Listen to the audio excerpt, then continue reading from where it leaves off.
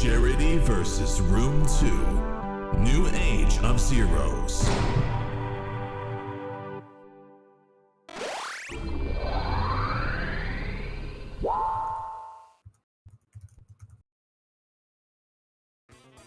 Hi, everybody. How are we doing today? Welcome back to Charity vs. Room 2, New Age of Zeros. We are selecting our zero, and it's me versus the clock today, as we're going to play the Ratchet Clank Randomizer in a timed challenge run. So, tentatively, I have 3 hours to beat the Ratchet Clank Randomizer. We may go longer or shorter, depending on how you folks are feeling, because there's a chance I could beat this real quick, and then we'll just go and get all the collectibles instead, depending on the seed of the randomizer. So I'm going to bring us right into it, but before I do, I'm here with Chris. Please tell me more about your seed. I'm desperate. And Stefan. Hi, I'm going to be playing the role as Clank here. Hi, Clank. Let me know how the game audio sounds. I did not test that a moment ago, because I forgot to, and that's okay. So we'll just kind of, I'm going to hit the start button, and I'm going to go. Let me know if that's too loud or too quiet as far as the game goes as we go, chat. I will explain the Ratchet & Clank Randomizer once I get game audio good. Cool. A little low. 60 frames per second smooth. I can turn it up a little bit, but it's also in my ear, so I don't want to make it too loud. Sounds good as it is. Okay, cool. So, the Ratchet & Clank Randomizer is a PlayStation 3 mod for the Ratchet & Clank 1 game, currently only Ratchet & Clank 1, where, like every other randomizer, it gives you randomized things. It's kind of in the name. I won't explain how to install it. There is a video that I made way back when if you want to get an idea of the details of the randomizer. I've talked to the nice fellow that made this mod, and it's very fun, and it's part of the really cool tool set that people have made for Ratchet PS3. So, yeah. I haven't played this in a while. That's one thing that I will throw out there. I specifically avoided practicing because I know that if I practiced, I could get this done in under 2 hours without a doubt. So I'm going in cold to give the timer a chance. This is randomized level order eventually, or is that just an option? Yes, so we will see momentarily what's going to happen there. One of the catches, as 10 Elements pointed out in chat, is that technically this only works for the PAL digital version of the game, which I happened to buy when we did Ratchet & Clank Clock Bloggers a few years back. Because this version has the bug that lets you instantly kill Drek. And so, just in case I needed it, I had that ready for me. To beat your ass, Chris. Oh, yeah. I'm a gamer. We're all I'm happy gaming. to say it. He's not enjoying this gaming. One of the things that the randomizer does, I'll be educational for a bit before we start shitposting inevitably. The randomizer multiplies all the bolts you get by 5, because you kind of need that when you don't know what gun you're going to get in the shop. It also puts all of your gadgets, those can enter the shop, even if they weren't things you would buy in the shop. So some of them don't have a price because you didn't spend money on them. So like the O2 mask, you don't spend money on. It will cost free here on in the shop if I get to it. Or if I get it in the shop, rather. One of the things that I'm doing in this run is I'm playing the normal gamer version of the randomizer where you can beat things without glitching. Because I don't know all the glitches for this game. I don't tend to play that way. So there's a couple levels we can go to from here, because it is going to randomize the level order and the info bots that we get. So it randomizes 2 separate sets of things. All of the items you get are randomized, and then separately all of the levels you get are itemized. So the good thing is that it generates a solvable seed at all times, and hopefully that will mean that I don't have to play a level that I can't physically beat without doing an infinite side flip glitch or whatever. I'm really curious to see what seed you get, because from your video and your stream, it was really funny seeing how like you just wouldn't get weapon, you just kept not getting weapons.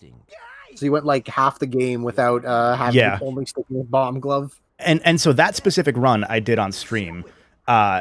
And that specific run was so cursed in that I ran into issues because I forgot to install the updated version of the randomizer, which had added the custom like easy to beat mode where you can beat things without cheating.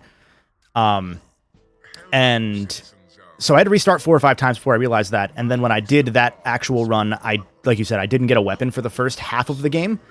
And that was the hardest possible run that I could have had, because I just needed any weapon at all, and I just didn't get one. So, yeah. As a reminder, we're raising money for Rise Above the Disorder. If you type !donate in the chat, you can find that donation link. It's also down below. And you can look at all of our different bid wars, our raffles, and more, which I will pass along to Eeny, Meeny, Miny. Chris, you tell us what our bid wars are. Yeah, I had that window open. Definitely. Sorry, someone in chat was asking, when does the timer start? And I was like, oh, huh. Oh, I didn't put a timer on screen. I should have. I was like, that's not a bad question. That's a good question. I wasn't thinking of putting a timer on stream. So, in terms of game time, I had 3 hours from the moment I hit start, so we're going to say 6:40 p.m. So if you see the little stream timer on the bottom, it's 6 minutes. We're going to go from that moment that the stream started, even though that cuts off a few minutes. And that also means that I'm going to skip cutscenes, because I wasn't planning on watching them anyway. I just kind of did there. So thank you for asking, because that reminded me that I'm on a timer. Okay, so we're going to Orxon first, which is one of the few levels that you can do without any gadgets, because you are playing Clank. So this is going to be potentially scary, because there's one specific thing that can happen unless they patch the glitch, where I might be screwed. In which case, that makes things interesting. So when I get to up top there, normally you get the Magna Boots. There's a chance I get the O2 mask and become Ratchet. And if I do, this door here sometimes stays closed for Ratchet until you open it later in the level, which I might not be able to do. So that is one of the only 2 instances in this game where I might have to use, they call it Ghost Ratchet, where you can just no-clip through the wall. There's one specific door here that's not going to open unless that's been patched that I have to no-clip through, and that gate, if I turn into Ratchet, I will have to no-clip through. Those are the only external cheat-like features I'm going to use, though. And one of them is just kind of required for the game, so. Speaking of cheat, you can cheat and donate money to us toward raffles and potentially get something for what? Cheaper than you'd have to pay for it. That's a segue. If you donate at least $5, you get a raffle entry for the Mario Brothers movie Blu-ray. It comes in a big star case. It is signed by Charles Martinet himself. Very wonderful. You can also instead put $20 in toward a raffle entry for the Zelda Tears of the Kingdom Nintendo Switch. That is not sold anywhere, not even in that place by where your dad works. So that's a pretty valuable prize. Also, while we're here, we'll throw out, we're not reading messages on donation entries unless they are at least $5. We'll read your name out, but if it's not, if it's under $5, we won't read your message. And we are not taking like song request or quote request or anything unless the amount is $10, just so we're clear on that. And that is an option you can select in the donation page. Yes. So yes, that should be easy. That'll be there when you donate that much, and you'll be able to put it into a little text field for us to know. Fun fact, Charles Martinet, the signer of that Blu-ray, is the voice of Clank's dad. Also God in this universe. Just straight up God. That's right. So that's pretty cool. We have a question in chat from Horace Ray. Relevant, since this is probably taking time away from your review of it. What do you think of the PC port of Rift Apart so far? It's pretty good. It's a little buggy. It's pretty good. Gotcha. Yeah, so I tested it out on Steam Deck a little bit. I've played through it in full, and by in full I mean I have all the achievements.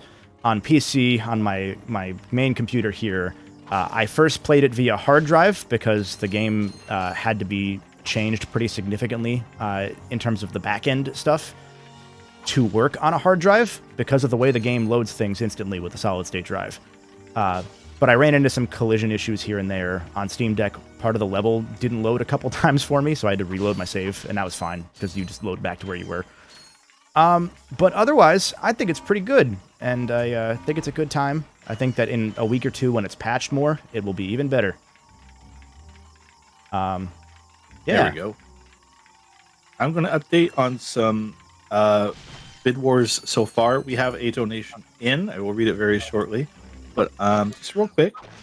So for Mario Party Sunday night, currently... Oh, I see. Okay, so we have $20 towards Spaceland. So far in that. We have $10 toward Pirate Land. And I think that's all of the Mario Party ones. There's the Wario ship one that I donated like $100 to. Oh, Tiltify changes their thing every year, and I'm like, what are we doing? Yes, okay, here we go. And we have $47 toward Peach's birthday cake, which is the worst level. And I think thanks to Kevin, were you the Kevin? Yes. We have $125 in Wario's Battle Canyon. So currently, that's where the gauntlet is thrown. You got to beat $125 if you want us to try to lose at a Mario Party board that isn't that one. Because we are trying to lose that game of Mario Party to win it. We have some other things here, like Jackbox games. There's like 30 million of those. You know, you'll see them when you're donating there. We have a character select going. Oh, wait, no, we don't. Just kidding. You can donate to choose which version of Spyro 2 Stefan and I are going to race. Reignited has $445, and the PS1 version has $5. Good luck getting that one caught up, but you can do it. You got time. Both a PS1 and Reignited, they both have like pros and cons to each other that like will help. Yeah, because if we have PS1, then I can do like the jump cheats and go through everything. But then with Reignited, you really have like we can fast travel and like all that kind of stuff. So like they both got advantages. I like Chris discovering meta in real time. I just didn't know Stefan was going to do it. I didn't account for this. Here's one that's contentious, actually. In contention, for the Bloodstained game that John and Derek are going to race tomorrow. Curse of the Moon 1 is $40, and Curse of the Moon 2 is $40. So that is a tie begging to be broken. It needs to be broken. And you got a whole week for that one, because that's next week, I believe, right? That closes on... Yeah. We also have a Smash Ultimate Bid War for what stage will be played on. Currently, it's the Great Cave Offensive with $45, 69 cents in the lead. Nice. Followed by Mario Brothers at $40 and 75M at $5. I would put it toward Great Cave Offensive personally. You'll see all of these when you go through. That's most of the ones I'm seeing here. For our donations, we have $5 from Mr. King Jacob 9002. Hello, Jacob. Who says, I have played so much of the PS2 Ratchets. How were all of you first exposed to the series? I'm going to point at Stefan since I've been talking for 3 minutes straight.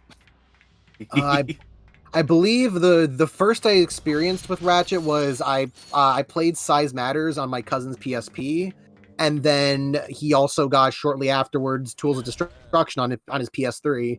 And Tools in particular made me go, wow, this is amazing. And I just kind of fell in love with Ratchet. Then I ended up getting it for my... Oh, you got the swing shot. I fell in love with Ratchet from there. I ended up getting the future games. I went back and got the PS2 games, and then just kept going, following it from there. Chris, what about you?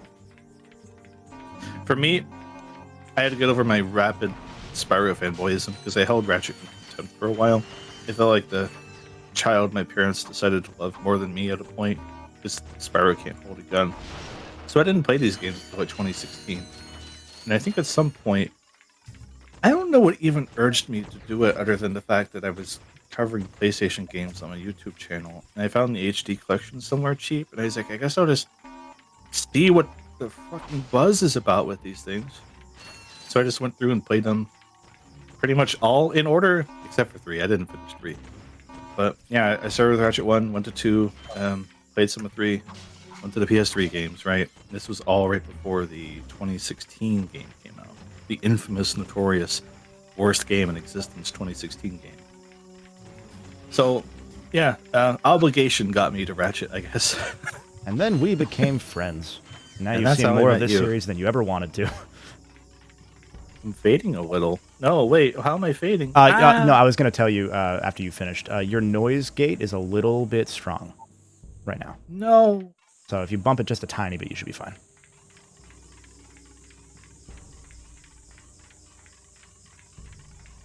My origin with How Ratchet did you do it? and Clank was that my mom bought my brother a random game at a Walmart, and it happened to be that one, and that worked out very well.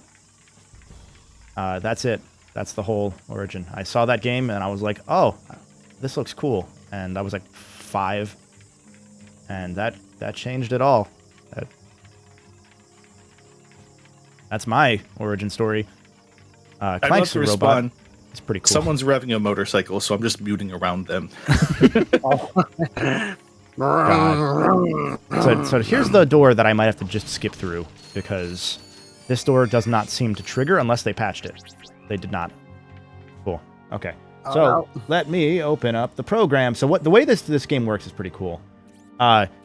In that, there we go. It works via an FTP connection to your PS3 over your network from your computer. So it's a computer program that links into the game, essentially, rather than being a direct mod. Unlike the same creator is working on and has started to release a Ratchet 1 multiplayer mod, which is kind of cool. That's going to work on original hardware and emulation and any PS3 version, but this one does not. So, yeah.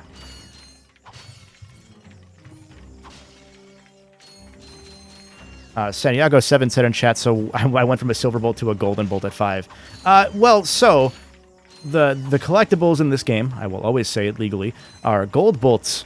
I am the golden bolt to avoid. Did he just... That frog just fucking triple killed him? Holy shit. I've never seen that before. Haha nom. That was fucking nuts.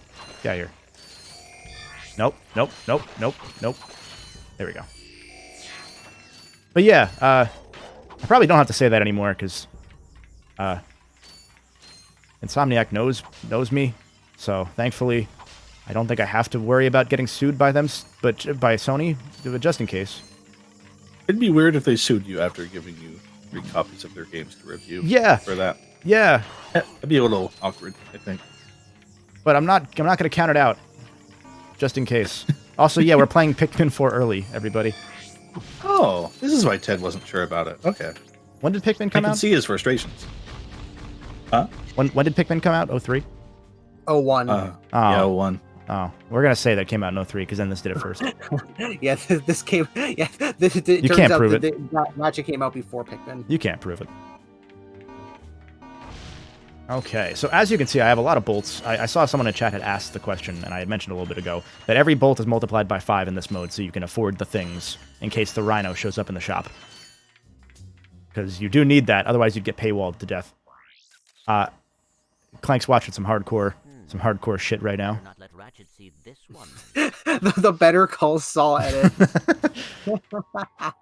Oh, is that the actual... I don't think that's right. I think that text is wrong. Unless it did give me Planet Poketaru, which is the actual planet that I'm supposed to have for that. But I don't know. So we're going to find out as I go into the ship. Click on the back? No. Run. There we go. What do you have in there? Oh, maybe it is. Gears, metal filings. That's weird. Okay. So let's see if that's correct. That's interesting. Okay, so I've never seen that happen before, where it actually gave you the planet you're supposed to get. So that'll be curious, because I'm always paranoid the first time I start this randomizer back up, because there's always a chance that it just doesn't work some way. And that's the big timer question mark here, is can I beat it in under X amount of hours, while also maybe having to start the game over? We'll find out right now as I look into this. What do you have? No, we're good. We're good. I have the thruster pack. I win. I win. We're done. I win by game losing. over. You can stop the timer. I won. Okay, thanks everyone for joining. Mario Kart now. Wahoo man. I forgot about his weird hair. It's like it's not fucking even comb hair. over. It's like a sweatband or something. I think it is a comb over. It's just Oh, it's boy. just textured weird on PS3. I'm so used to the PS4 version of this Become character. ravenous mutants? Oh yeah, where he's the brother of Ratchet's adopted dad or whatever. Yeah, Mr. Mom Yeah. Swap. Why am I watching this? Fuck. because you like the story. Yeah, but I don't have time to like the story. Yeah.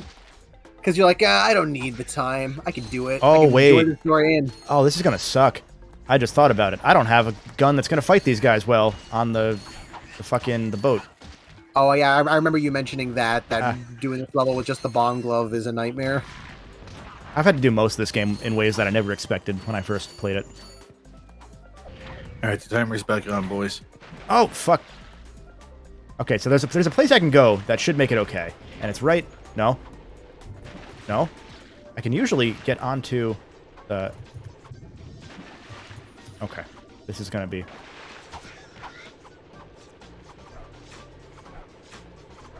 There we go. Okay, we're good. We're back, gamers. It's not Jover. Hey. We have a $5 donation from Pabrick the Irish, who says, "Heyo, last quite interesting fact for the day. In Texas, cowboy boots are tax exempt. Wonder what other state items are tax exempt." I did not know that. Ooh, that is kind of interesting. That makes That sense. feels like subsidizing the cowboy economy. Yeah, big cowboy. I feel like here in West Virginia, it should be pizza rolls that are tax exempt. It's like the one thing we have. Did you guys invent pizza rolls? I think, technically, Yo. it feels obvious in that someone should have thought of it first, but I guess it was someone here. So there you go. But they're not tax exempt, so you still have to, you know. They might be. Well, they're food, so they might be, actually. Because some, depending on the state you're in, foods are tax exempt. I think Ohio wasn't like that for a while, but I think they've recently changed that. Because that was the thing. There were some times where you'd go to Little Caesars in Ohio and literally get the $5 hot and ready. That's pretty cool. It's not like that anymore. Yeah, because prepared food's usually taxed. But, like, Yeah. like pizza rolls shouldn't be. Ethically. Morally, ethically, legally. Okay. So, for the record, these two planets Yes. are, like, the middle of Act 2 of the game. So, just for those that maybe don't know Ratchet too well, yeah. What were you going to say, Chris? Oh, I was just going to say for the record, since there was someone mentioning Totino's in chat, not like pizza roll pepperoni rolls, like literally we are making a baked roll and putting pepperoni into it. Oh. Oh. That's us. So, like, Stromboli. What the fuck? That's why I'm not so sure that we did it first. That doesn't feel like West Yeah, Virginia. I don't think West Virginia invented the Stromboli. Yeah, right? I'm gonna throw that out there. Maybe like the official, like- like as a pizza roll type thing. Yeah. Like, the Now only I'm other thing we curious. have is Mothman, so I guess like that's We invented have Mothman. something. Yeah. Turns out the Italians made him too. God damn it, West Virginia. Okay. Like Old Storm's way of putting it. West Virginia invented the Depression Stromboli. Oh, it's so good. Brovan, Totino's, you know, they hit better when you're a kid. Yeah. I wouldn't say they're good, but if you're in a spot where you're buying Totino's, like, they'll work. At that point in your life, it's like, this will do. It's not like, say, a Pop-Tart, where I'm like, I increasingly am not sure how I ever ate so many Pop-Tarts in my life when I eat one now. Man, I wish they would bring back the rainbow cookie sandwich Pop-Tart. They only ever had it for like 6 months, but it was so good. Oh, yeah, that is definitely a comb over. Wow. Yeah, from the other side, it just looked like a ring, but no, that is... Yeah, no, from the sad. back it did.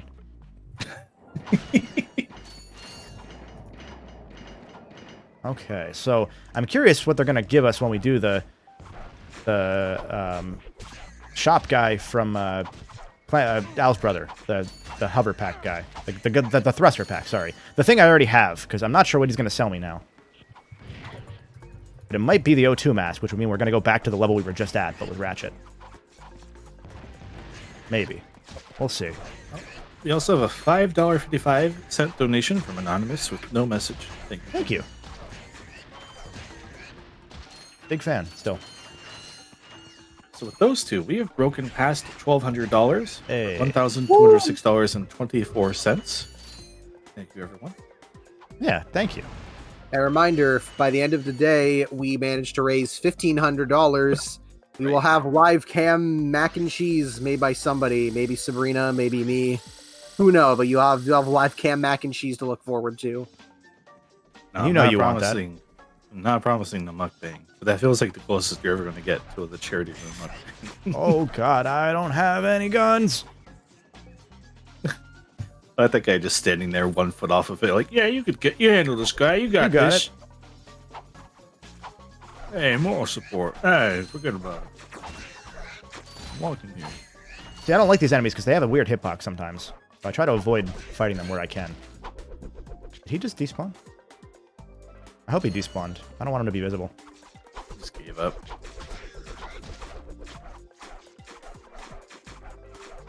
Yeah, he just walks right into him. Great.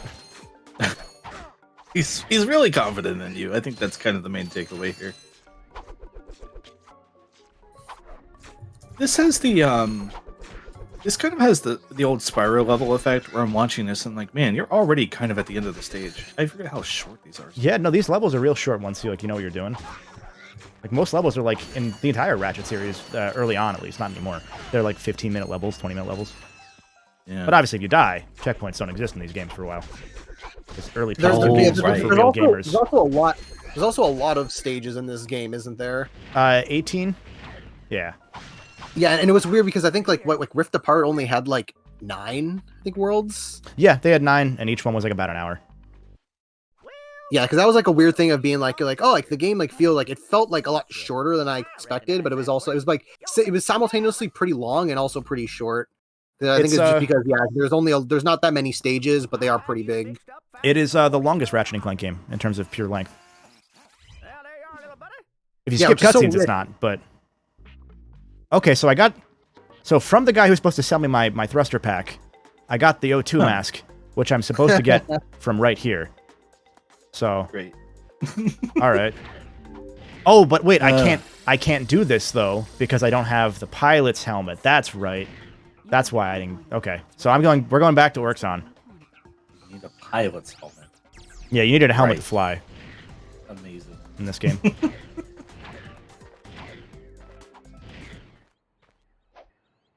Oh, we got to do Orxon with just a bomb glove, don't we? Oh, I don't like that. Metroidvania, let's go. I don't like that. One of the things about like why the Ratchet games started cutting back on levels over time was mainly just an asset thing. Like they kind of struggled to be able to create whole different planets and visual ecosystems and whatnot. So they made the ones they had longer so they could reuse a little bit more. Because at a certain point, it's cost effective to do so. My memory's bad. Did they ever do a thing where you'll go back to a same planet, but it's in like a different area, just same assets kind of deal? Not often, surprisingly. You would think they would do it more. Right? But yeah, they just haven't. Like there are a couple times, but not very often at all. Usually it's like they'll take you to the same area and there's another part of the level you didn't get to. Okay, so I don't like this at all. Don't like having only the bomb glove for what I have to do. Fun. Like this part's not bad. It's the part to the left of where I'm about to get to. That's gonna be the annoying part. So that little blue guy is gonna scream. He's a narc. Got him. If he doesn't scream, then these guys won't attack you. Except for I think over here they will. So I have to kill them because once those switches go off, they get mad. Okay. So if I go left, there's going to be a big guy shooting at me, and I need to avoid getting killed by him so I can get a health upgrade or something.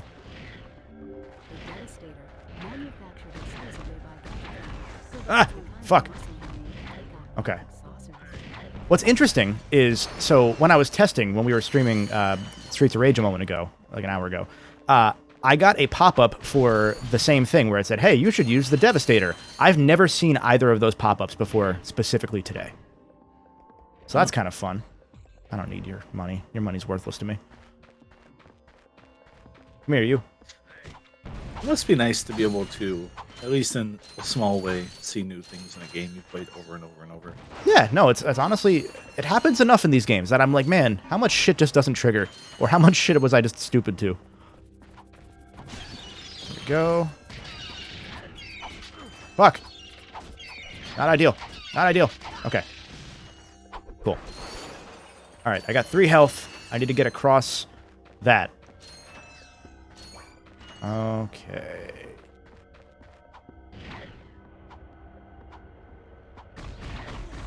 Fuck. I don't like that you have such good aim. Stop it. Okay. Okay, we're good. We're good. We're back, gamers. This is the run. This is the run. No, no, no, no. Oh, God. Nope. Tattletale. Come here. All right, you can't just stand there and do that. Sure. Okay. You know what? Fuck it. What? There. This even seems just gross in the sense of just how much ammo you have to expend doing this here. Yeah, I mean, guns from later levels will not, in fact, have that problem. Like, you can kill these guys in one shot.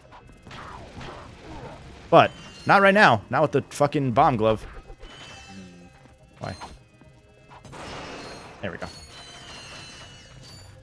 Okay, so, this was not as bad as I thought it was going to be, actually. I thought I was going to struggle with that more. But, these guys just wake up for some reason, so that's pretty cool.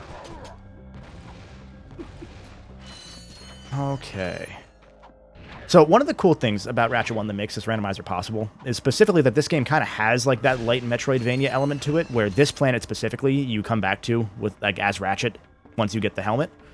The entirety of Act 2 is essentially that way, where there's like a, hey, you have an ability that you don't have access to yet, so you need to go to this planet and get it, and then that planet will give you access to another planet where you get another item, which is the item you need to come back to Planet 1. Timpavin asked, how much have you missed? In the half hour, I've gotten 2 levels done, essentially. So you haven't missed much. Yeah, we're not too far in. What did I get? I got the grind boots. Oh, that's helpful right I now. drank the grind boots. Oh no. Ratchet, healthy. don't think you're supposed to do that. These taste like quark. Okay. So, I still don't have another gun, and this didn't open. Okay, I'm gonna go ahead and just... This is the other instance where I'm just gonna... Time for more soft locking. Just gonna do that. Cool. That's sorted. Everyone, please look away for that second thing. So it's supposed to open the moment you get the premium nanotech, but because I don't have the premium nanotech, the thing I was supposed to drink, it's not going to trigger that, is the issue. And that leads to a fun situation sometimes where you can get the ultra nanotech, which is 3 health upgrades, because you start with 4 health in this game. So I have currently 4 health. The premium gives you 5. The ultra gives you 3 more to give you 8. You can get the ultra before the premium via the randomizer, which can then mean that the premium is locked behind the drink that you would get. Like, you need to have the premium to buy the ultra in the normal run, but it won't let you buy the ultra if you don't have the premium already. So you can just end up only having 7 health in this game, depending on how the randomizer works, which is interesting. Kind of just fun seeing how they put things together in terms of like what triggers what and what doesn't work when you don't have that exact trigger in place. Same reason that the first PS3 Ratchet game, Tools of Destruction, does not have trophies, is because the way that they put that game together, there is no infrastructure for them to go in and patch the game or add trophies, because they just didn't know they were going to exist. We have a question in chat from Memphis. Sorry if this has already been answered, but are shipping costs covered for the raffle prizes? Yes. And we have a donation from The Legend of Daniel, who says, never forget... Sorry, $5.45 from The Legend of Daniel, who says, never forget that Dig Dug is a deadbeat father. Canonically, Dig Dug is a deadbeat dad, if you look it up. And Daniel also asks, did something happen to Ape Escape? Yes, we had a last-minute, very unfortunate cancellation on that basically resulted in a situation where Kevin and I, who haven't played that game, could race it against Derek, or we could just extend some other things today, and we felt extending today would just go better for everyone at that point. Yeah, we had a couple cancellations with Ape Escape, so that specific game ended up being cursed for us. We might We might figure something out for it down the road, but we will probably, odds are, save it for a future event and try and get that sorted. Yeah. Because then that way at least... Oh, God, why'd I do that? No! That way at least one of us can also practice to be a backup in case something else comes up. But life gets in the way. You know how it is. Yeah. Like, I don't think I even own Ape Escape 1. Oh, you don't have the PS5, the 120 version, do you? Yeah, and, I did, and I was like, Oh, I don't have the these Magna are coming boots. by so infrequently. Oh, I don't have the Magna boots. That's okay. I have the thruster pack. You were on what I thought was a magnetized pathway a bit ago, so I assumed you had them. But that also works. Wait, did I get the Magna boots?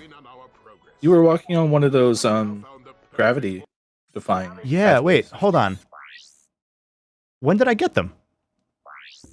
Hey, there you go. Foot items. Yeah, weird. Oh, okay, I lied. There's a third time I gotta go through this door. There.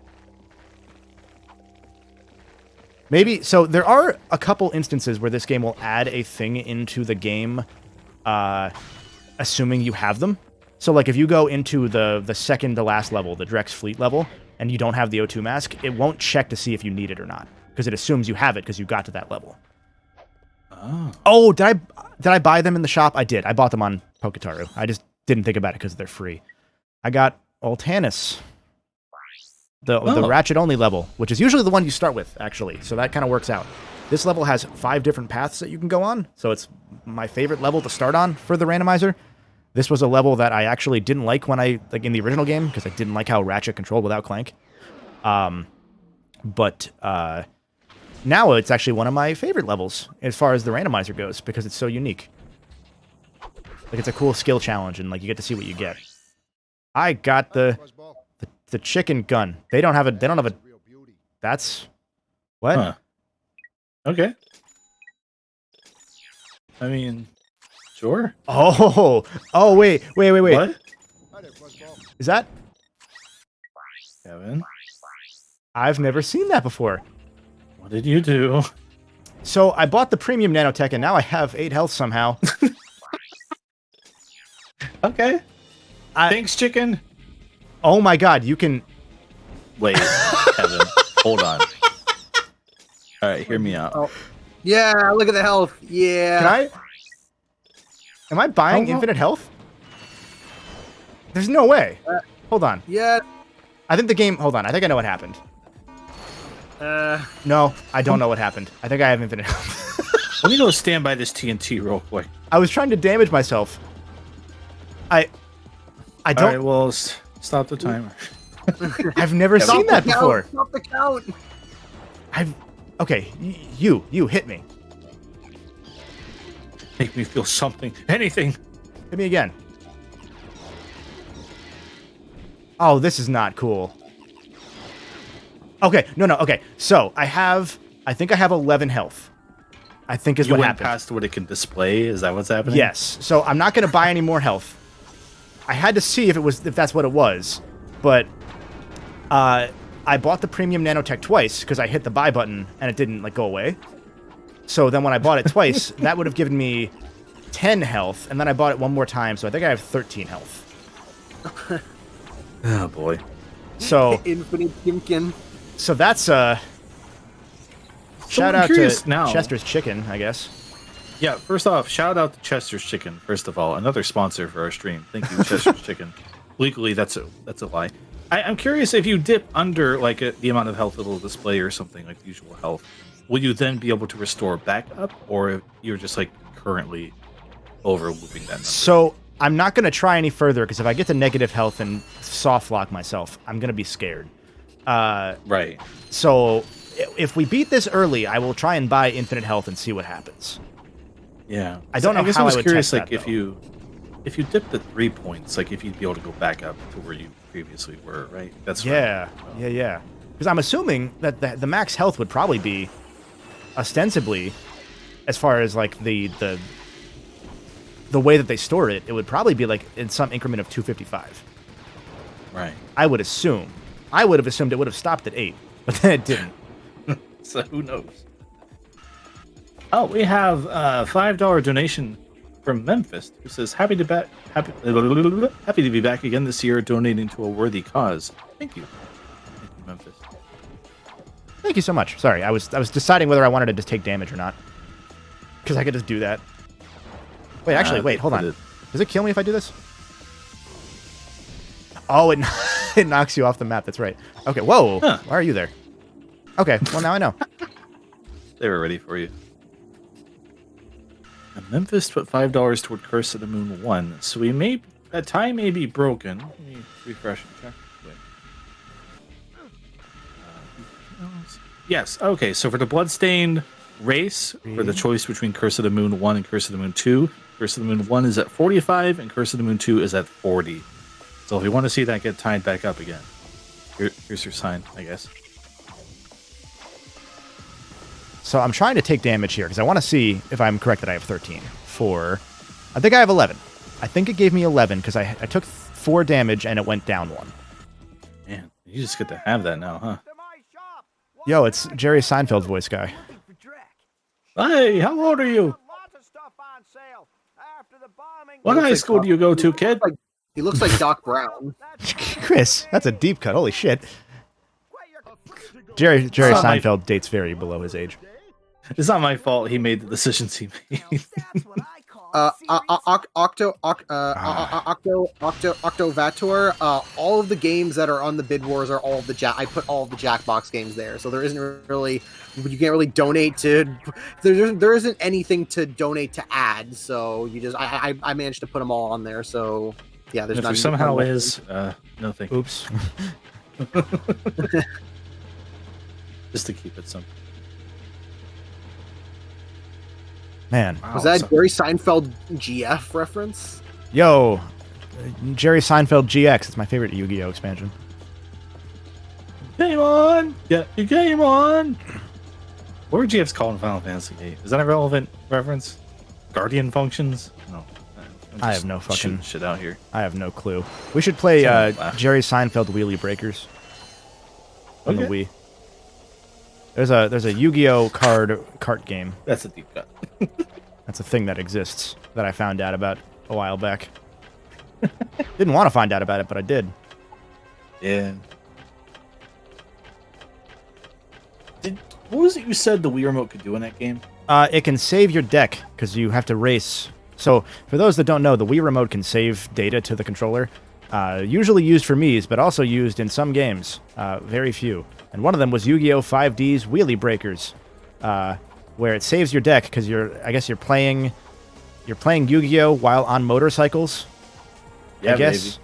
I don't know. Honestly, it sounds kind of rad. I'm not gonna lie. I watched some 5Ds, and it's very easy to laugh at it, but it seemed quite okay. Okay. All things considered. Like, not at all bad. It's like a post-apocalyptic Yu-Gi-Oh! Somehow. Interesting. It's weird. Or maybe post-society collapse is the better way to put it. I don't know if there's like a catastrophic event. Yo, I hope Sweet Tooth's there. No, you don't. No, I don't. Okay. Cool. That's timely. Has anyone in chat watched the first episode of the Twisted Metal series? No. I walked off. Ratio. I haven't. Nice. Nick, the Stark Halliburton, has watched 2 episodes? Are there 2 out? I thought the whole series dropped. Oh. At least the first 3 dropped. I thought the whole series came out specifically on the same day because that's not how Futurama is doing it. Because Futurama started this week too, and they're doing weekly. But I thought that Twisted Metal was a full drop. The whole series is out. Well, my God. Yeah, it's because Disney/Hulu does weekly drops, and everything else it's mostly just full drops, and occasionally just one a week. I really don't know which I prefer anymore. I think it almost feels like it's dependent on the series at this point. That's kind of how I am. Like I was kind of all in on the binge structure, and then Peacemaker happened, and I was like, wait, actually no, because Peacemaker did the first 3 episodes in one go. And that was like hey, the first episode really won't give you a full idea of what to expect, so we're going to give you the first 3 so you know exactly what you're in store for the rest of the series. And then they did weekly for the last 5. And that worked really, really well, because you essentially, here's a movie, and then here's the rest of the show. It feels like a nice middle ground. Right? Amazon does that too with theirs, where they'll pull like a couple like first, and then like they'll do like in batches, like the first 3, then they'll maybe do 1 or 2. Yeah, you can actually get a taste for it that way. Yeah. Do you want to taste it? I heard good things about The Boys, so I guess I'll taste them. Oh, that was a Peacemaker joke. Oh. Also, I think Stefan mentioned Invincible and not The Boys, so I don't know what the fuck I'm thinking. Well, no, I said Amazon, and Amazon is both Invincible and Boys. They're both in Works out. Mortal Kombat now, so hey. In my mind, they get filtered into the same section, and I don't know why, because they're different. But I think my favorite, it was I think it's an Onion article where it's like real life Lex Luthor keeps greenlighting series about evil Superman. I just want to say as a sidebar, I've only just now seen the art for the the Ratchet randomizer run that Seth Neal did, that you guys tweeted out. That is incredible. Yeah, the blogging. That is just stellar. Let me link to that. Here, I will post that in chat if I can. Buy the PDA. I got you. Play your game. Thank you. There you go. That's it. It's so good. It's on x.com. I got the PDA, except it's actually a fucking gun. I don't think this is something someone will understand. We have a first-time chat from Frankie Buster. This is Steve. It's Steve McQuirk. Hi, Frankie Buster. Oh my god, Clank is pogging out. It's so good. Yeah. Oh wait. Oh, Chris, can you post the fucking the now that we've beaten up Elliot, can you post the me pogging one that we made? Oh, like the transparent? Yeah, the transparent should be in one of our servers. Oh, I know it's around somewhere. I can find it. It's in one of the Jebs, I'm pretty sure. I was just trying to avoid explaining what Jeb is to chat, but Statements that read normally to me and make others question. Yeah, no, I get you. Well, here's me sending you the link of Delson Rowe reviewing Twilight Princess, so I'm getting close. Oh, there's a Jeb Bush photo. I've thought about posting the outtake version of us beating up Elliot, because so there's 2 versions of that. One is the one that you saw. The first take, I drew a blank on what the word solitaire was, so I was like screaming like, "Yeah, we beat Elliot up. He's fucking dead. We're gonna kick his ass in Uno." So, what are we playing? And then Justin behind the camera just says solitaire, and I just screamed "fuck" at the top of my lungs and walked away in character. And I didn't realize I did that until Justin pointed it out like a week later. I think I'm getting closer. Yeah, here it is. I found the transparent of Kevin. Yeah, use this. You're allowed to use it. I give permission. Use this for good. Yeah, ideally for good, actually, yeah.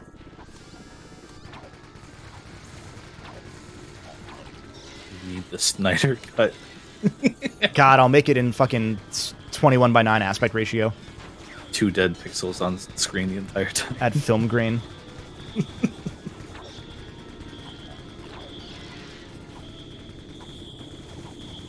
The dead pixel in the camera thing, that's one that really kind of trips me out. I never read to see if they gave reasoning for that. Yeah, that has to either be we noticed and said fuck it, or we noticed at the end and hate it, but it was too late to redo the entire movie, obviously.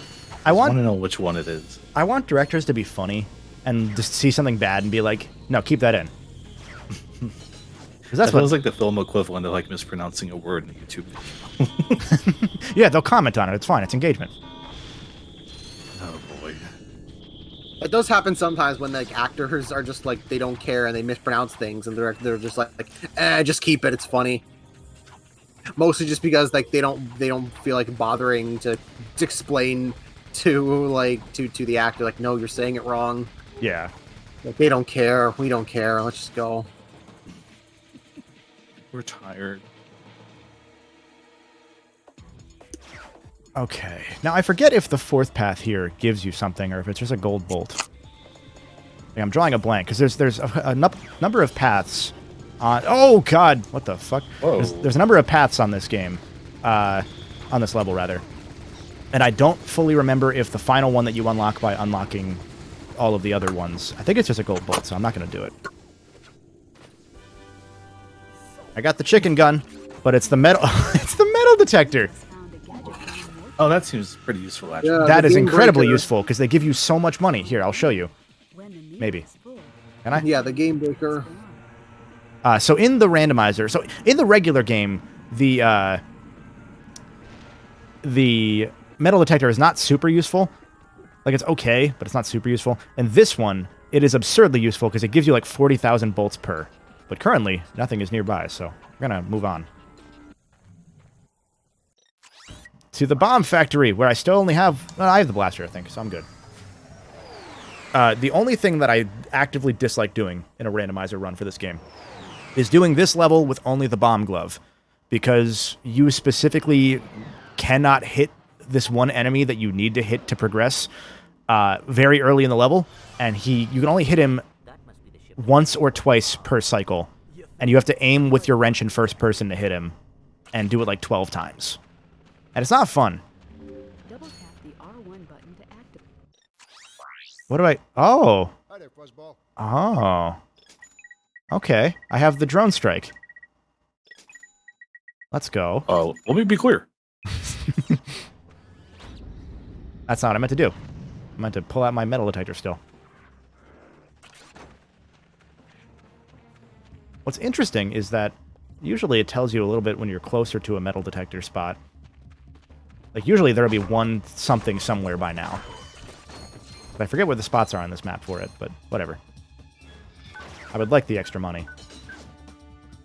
Here we go. Okay, cool. So, I will show you what the metal detector does right now.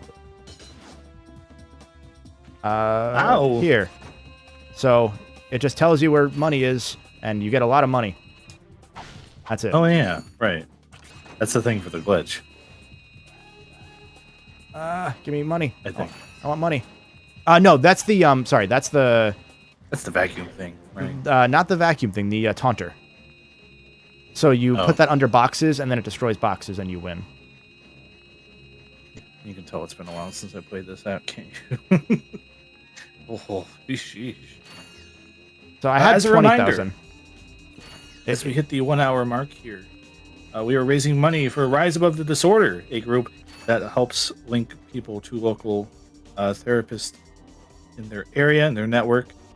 Is it $30 covers a session? Yeah, so on their site, Rad notes that $30 is the average cost that, like, by donating $30, you are on average covering the cost that they subsidize for one therapy session for someone in need. Yes, and to be clear, they are not the therapist providing it. They just help do the outreach and get things set up and help keep that going and on the schedule. Yes, yeah. It's great charity, but one I had no clue existed until like a few months earlier this year. And Yeah. it seemed Like, we were very good. We were just looking for options for charities, and a buddy told us about them, and he like referenced that they were big in the RuneScape community as well. Like, anything like in terms of like older computer RPG, they have had some fucking nerds involved that loved those games, and that tried to turn it into like a RuneScape guild or an Overwatch guild. Oh God, no. Overwatch. Oh no. Not Overwatch. WoW guild. Sorry. I don't know where I am. I fixed it. Oh, okay. Huh. There we go. But yeah, they've been active in the gaming space for a long while. I think Rust is also now like a sponsor of theirs. Sponsor in not the traditional sense, but like we do charity streams with them type thing. Yeah. To that end, as you can see on the left, $5 enters a daily raffle, so you can win a signed copy of the Mario Brothers movie on Blu-ray, signed by Charles Martinet, quite valuable, and $20 for the entire event can enter you toward a Legend of Zelda Tears of the Kingdom Nintendo Switch. Not with a sleeping cat, but still pretty cool. So by donating for the Switch raffle, you're basically covering 2/3 of That one of rock these. is So hey, Let me look at that drill. do it. Yeah. Do and it! if and Sorry, we I also forgot about Drill Guy, and I was just like, oh yeah, Drill Guy. Right. The fun fact that a And- lot of people know that are super deep in the Ratchet stuff. You go first, Stefan. Sorry, I cut you off. And also alongside those two raffles, we also have for just $20, you could put in a suggestion of what character you would like to see in Caro's WWE 2K Yes. Royal Rumble on next Sunday. I put Slenderman in. You should too. Not Slenderman, but you should put something in. I was gonna. Currently we have 5 people have put 5 characters have been put in, and it'll be closing off after 30. So you got 25 slots left. Yeah. I was gonna say the one thing that a lot of people know that are like in the Ratchet fan base, the drill that guy's carrying, the random drill boy, he is carrying a weapon that was called the Revolverator that didn't end up making it into the game, which was going to be a melee weapon that would grab enemies and ragdoll them around. And they realized that was really hard to program so that it looked funny and not bad. So they took it out and they gave him that gun because it was a placeholder model. And then they put the drill gun in into Rift Apart, model only at least, as a gun that shoots dogs at you. Little robot dogs that you just shoot out of a drill cannon for some reason. I don't really know why, but it's there. It's a pretty cool gun. Oops. There we go. We're kind of already at the point where I think I'm good. I think I already beat this run. Like I'm feeling pretty okay.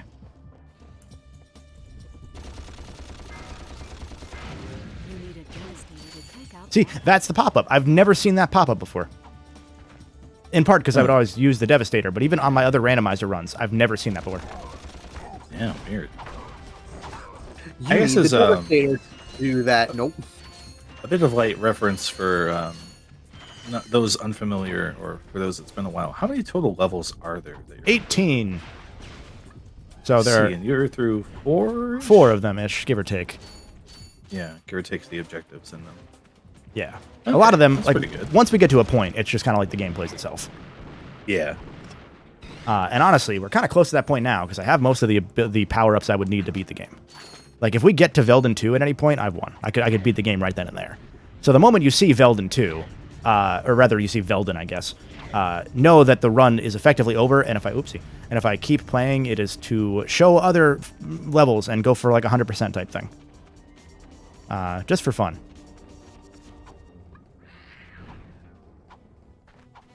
It There has we go. a Oh, side to doing good games for this event. Games we enjoy doing. That should be our next charity stream. Okay, I'm listening. I'm like John plays Sunshine again. I was good.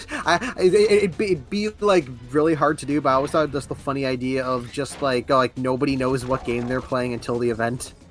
Oh, that'd be It's like, fun. now you have to play That'd this. be so fun. Oh my god. Because Alright. I think like Justin, like after we posted the schedule, Justin was just like, wait, the Smash is a bid war, like he didn't know, and so I was like, oh man, wouldn't that be funny? Yeah, we picked stuff that nobody knows, so they just don't know until the event starts. Like what? Oh, I'm doing this. So yes. Alright, Justin gets the Xenoblade 2 stream. 100%. Is that the one he just won't play? I forget who. I don't think he owns 2 because he doesn't like the art style. Which, hey, Okay, fair. So we make him buy Xenoblade 2. Or no, the day actually, of. no. I think he wants to play 2. He doesn't want to play 3 until he plays 2. And I was like, no, play 3. Do it. Right, that's Because 3 is incredible. It goes without saying. It's Xenoblade. But 3 is like actually just a stellar game. So this is one of the bosses of this game. It's a big ship. oh right. You just kind The of boss. kind of just do this.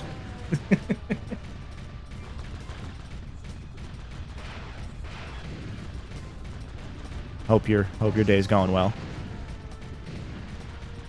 I always look at this game through a Spyro fan lens, and it just hits me at random points. Like, oh, this is just Spyro shit, just with like more of a focus on the turret. But they stick you in turrets so often. Yeah. I forget the point. Ratchet 1 really is just kind of Spyro 4 half the time. Yeah. Like, that really is what I was most surprised by when I finally made myself play it. I was like, man, I spent so many years being like, oh, I wish they just made more Spyro. Why'd they do this? And then I played Ratchet 1, and I was like, oh, this just has that feeling to it, though. Why did I deprive myself of this all this time? We got the And then the other Blarg games Tactical happen. Station. Sorry. Good timing. Oh, wait. That one's actually going to be fun, because I have the O2 mask, so I can show you one of the things that usually happens. Because you're supposed to go as Clank into the outer space part, because you're not supposed to have the O2 mask yet, and then you can come back as Ratchet and get a gold bolt. But that means that I have to go through the level a certain way to do it as Ratchet, because you'll see. I'll show you. I'm just sitting here like the Blarg Tactical Station. What the? The space no. station level, yeah. Yeah, the one that actually came back in the remake, right? Good level. I like this level a lot. Yeah. Also good music. I got the Trespasser. I need that for this level, so that's useful. We're gonna go... We'll do the space thing first, so you can see what I'm talking about.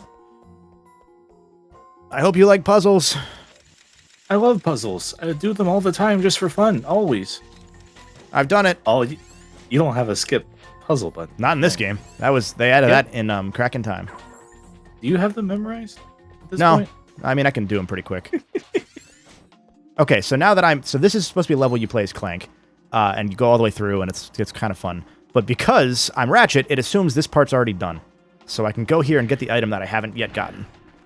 Amazing. And Clank's going to use his pocket dimension mouth to suck that up and hold it there. Oh. Clank laugh. I got the bolt grabber. Oh, cool. I get money from further away now. Don't ever use the bolt grabber on me, please. Don't touch me. Here working that one out in my head. It's like, all right, last time at band camp. A Double has a question for you, Kevin. Yeah! How would you feel if they made a Ratchet and Clank game called Clank and Ratchet? There is a secret agent Clank, so that's kind of close. Ratchet's in jail that whole game. You can take his pants off. What? There's a jail level where he's in jail and you're in the showers, and if you take damage, your towel gets knocked off, and they just censor it. So that's what the bolt grabber does. I'd be okay if they tried another Clank-centric game, but I don't know how they do it because I don't know what else you do with Clank. Every time a game comes out, he gets a new power of the month that just instantly goes away next game. So he's an interdimensional traveling time loop thing. He's God. He's a secret agent. He's a movie star. He can turn big. Like, there's a lot of things that guy does, and they really don't ever bring him back because the power scaling of Clank would be really fucking rough if they did. Feels like it would have been great for the PS3 era of the $10 to $20 side game. Yeah. Now we're in the era of the $40 side game. And at that point, you may as well just make a whole new Ratchet and Clank, you know? Yeah. The amount of effort that would go into that. At that point, you'd expect more like a Rivet and Kit type game. Oh, if only. Which also they're going to do, but I don't know. That'll be interesting when they do that, inevitably, because I don't know what they'll do with Kit, because Kit's main gimmick is that she has a giant form that they didn't use in gameplay at all. So it's probably that, Right. but I don't know what else you can really do with her other than have her be a backpack for now. I really want to see that, because I feel like you get a chance there to do something like on a tonal level that feels different from Ratchet. Yeah, right? But I'm curious, A, what that would be, and B, if they do it, or if they just basically stealth make a new Ratchet and Clank event. I could see it go either way, honestly. Yeah. It's because I wonder what they would do. Yeah, if a game starring like Rivet, like what they would do that wouldn't just be just a different story. Like it'd be like gameplay wise. I mean, like kind of like with Miles Morales, it's pretty much just the exact same thing as Spider-Man, just with a couple like little extra like gameplay changes, and it's mostly the story that's like the really different thing. Yeah. Sorry, the game got a little loud there, so I had to hear what you said, and then I had to listen to what I heard you say, because the noise just broke my brain for a second. Yeah, you using Kit's like variety, like using like what the kind of stuff they teased that Kit can do I think making that more of like an active like gameplay thing. I think that would be a good way of kind of giving a new direction of the Clank gameplay. Yeah. I think it's also like it's tough because Clank is just kind of the token puzzle like side part of the game, but they also added glitch, which was like another thing in Rift Apart, where they added a little like shoot 'em up / puzzly type thing. Because the idea has always been that, you know, most players of the Ratchet and Clank series, as vocally as they may not be compared to the other ones, they want the gameplay to continue going. They want it to be like one continuous, this game feels good and I'm going to keep playing it. I don't want the pace to slow down. And guess what Clank does in every game? He slows down the pace. So it's tough. And that's also why they separate him and Ratchet so much, is because, like, what else can you really do with those two at this point? Like, they kind of have better character motivations when they're not together, rather than, like, as best friends who are just kind of comfortable living with each other now. Like, they're just kind of an old couple. Yeah, I think that was, like, the one thing I noticed, when playing, when I played Rift Apart, was that, like, oh, yeah, like, the story from Ratchet and Clank's perspective kind of felt very like, okay, you can see that there was a lot of like cuts and rejiggling because they're like they kind of felt they didn't know what to do, because they're like, well, Ratchet and Clank have had their character arcs finished for a while now. What can they do other than just being friendly? See, I don't think that's part of the cuts. I think that's like the main thing is like we can't have them be together anymore because Ratchet needs to figure out like his motivation is like, you know, I did want to meet my species at some point, but now I don't really care anymore. That was outright said in the most recent game. But Clank took that comment from 10 years ago at this point and said, hey, cool, but I'm gonna make you go there anyway. And so like his perspective on Ratchet's end is like, yeah, I don't really know that I want to meet them, or I'm nervous. Like, what if it's not what I've hyped up in my head for my entire life? That kind of thing. And Clank's whole thing is, I don't have an arm. Speaking of hyping something up in your head all your time, great question here from our $20 donation, Chip Wiseman, who asks, which Ratchet and Clank character would you trust to officiate your wedding? Hard mode, not Clank. Quark. Yeah, I was about to say, I feel like Quark is officiating your wedding would be it's his perfect job. Quark has the charisma, which is lengthy for Riz, if you didn't know. He'd definitely be good. Fuck you. I like Al. Al would be good. Al, yeah. He'd mumble and stammer and ramble, and it really makes me think of me. So, it'd be like me marrying myself to whoever I'm marrying. So I really like that. I just want more Al in general. Also, what? I didn't think that was gonna work. Huh. I fucking drone struck him. That's the wholesome 100. That's the wholesome 100. Also, but Plumber would be a good one. Plumber would be good. I mean, he's literally also God. So that's. Dear God, please officiate my wedding. Come on down from your pearly gates. Oh, that's great. What did I buy? The PDA. Okay. Now I have infinite ammo. I have a phone. I'm just gonna say it. There was someone earlier in chat mentioning, like, oh, is this why the NPCs are reused more often about the cost of making assets? A, yes, definitely. B, I forgot it was even happening back in Ratchet 1, where it's just like, oh, there's that guy again, but he looks different now. Right. Yeah. I mean, that one in particular kind of made sense because they reference him in the cutscene for this level. Like, that one kind of works. Yeah. Make it a little better, yeah. But still, it's also it saves on like having to get different voice actors for everything or getting them to do different voices. Just have the one guy so you have a character be more of a character. You know? Mm-hmm. So into the Nexus appreciation and chat. Yo, to see it. Nexus is big good. I like Nexus a lot. I want more of it. Like, yeah. Which Whenever is why you can like emulate that game at a better frame rate or something, or a port comes out, I think that's when I like really dig that game and get into it. Yeah. I see Bobo4750 said in chat that Nexus was a nice epilogue, but Rift Apart played like an epilogue to an epilogue. One of the things to remember is that it has been 10 years. Like, I mean, given it was 8 at that point. But, you know, it's been years since Nexus came out, and most players didn't even play Nexus because it came out 2 days before the PS4 on PS3. So it's the sort of thing where most people that are playing Rift Apart are people that have not ever played Ratchet and Clank before, or didn't play that game at the very least. So it makes a lot of sense to have to make a game that's like, I call it the Sonic problem, where the series has been around so long now that it has to appeal to so many different types of fan. And so you can see that Rift Apart played it kind of safe, in part because they redid the story from scratch, essentially, a year before it came out, because the game got delayed, because the story was a mess. Allegedly, from what I've put together from interviews with people that worked on it. I think you can tell from watching it, just because it's like they kind of jump around a lot, and it's like, yeah, I can be all like, even if even before I watched your video, like when I played it, since I played it before I watched it, I'm like, yeah, this seems like some stuff happened. I thought for a second that getting the suck cannon gave me 3 bomb glove ammo. Suck. But no, I got the wind gun. Yeah, no, it's also tough because they're telling a multiverse story, which they didn't have to, but they chose to. But they also kind of, sort of, maybe had to, because they were like, yeah, we can't just have Ratchet and Clank be boring characters, but we don't really have much more to do with them. They're now just characters that exist. Like, there's not really much more you can do with them motivation-wise after 900 games.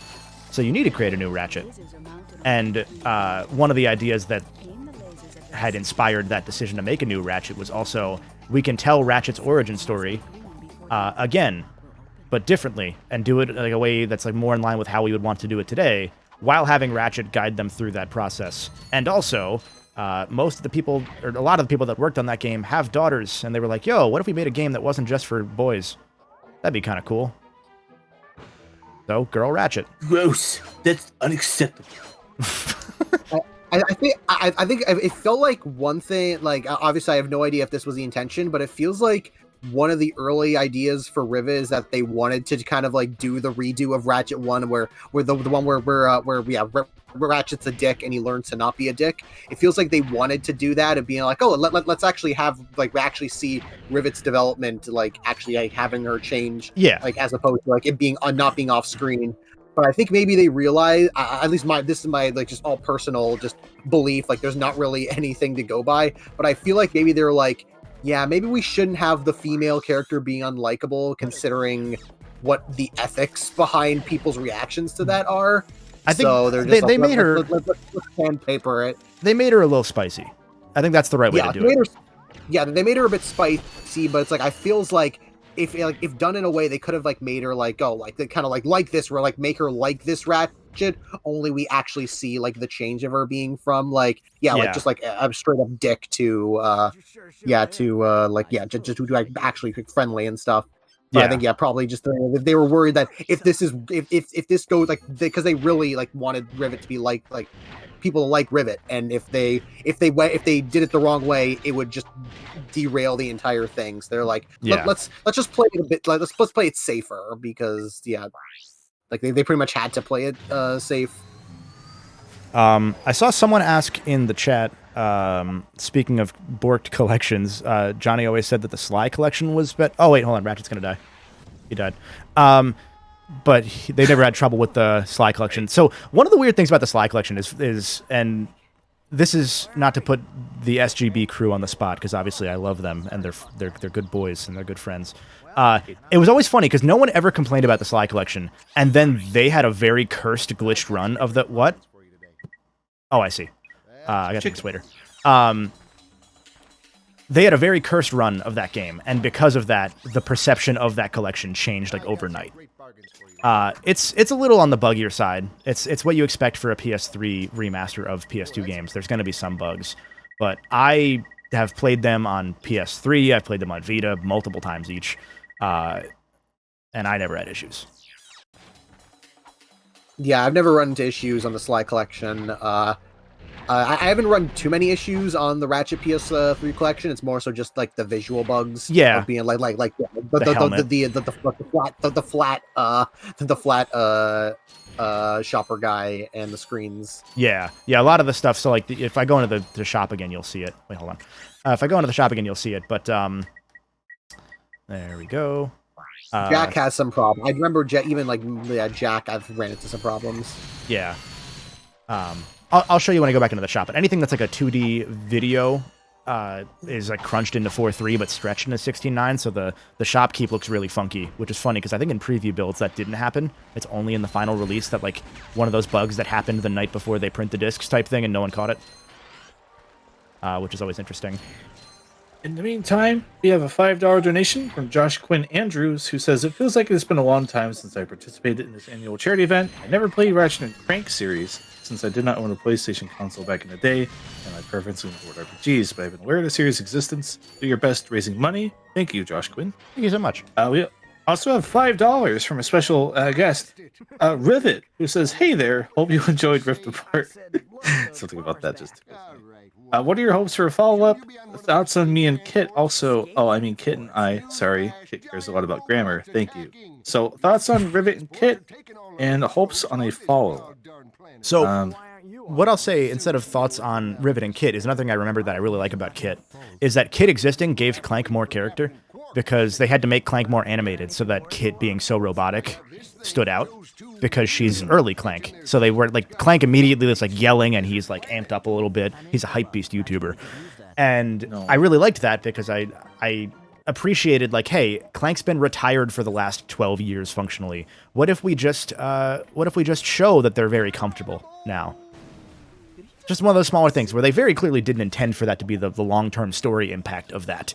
But yeah. As far as thoughts on Rivet and Kit, I think we already did say most of it. They're pretty cool. Character design I instantly saw with Rivet and was like, oh, that's awesome. Yeah. I instantly love that character just from looking at them, let alone like the game. Yeah. And hey, in the game they're pretty cool too. So hey. Yeah.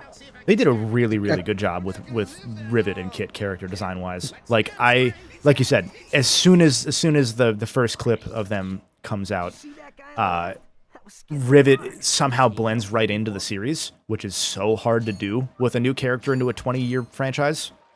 Mm-hmm. So credit to them. I mean, that's just sick.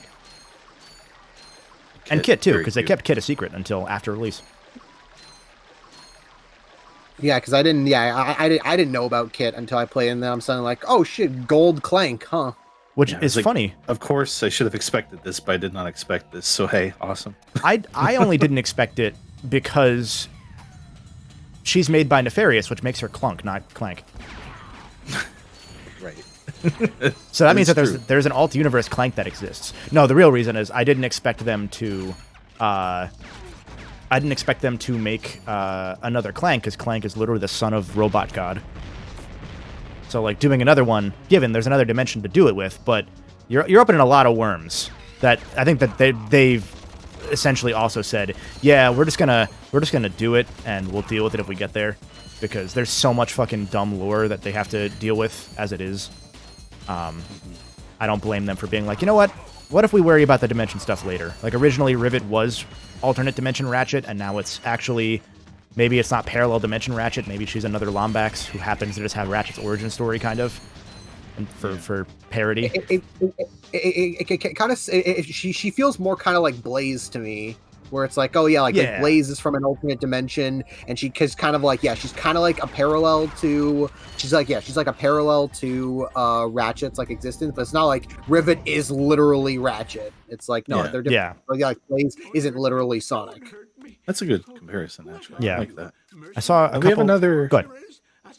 Yeah, we have another donation that actually ties into the other part of what Rivet was asking, so that works out. We have $10 from Emil, who says, I wanted to ask this in regards to what they could do with the next Ratchet & Clank game. When Ratchet and others finally go to meet the Lombax dimension, what if there's a twist where in the span in time, they become a flat-out dictatorial hellscape, like the Viltrumites in Invincible? Thanks for your time.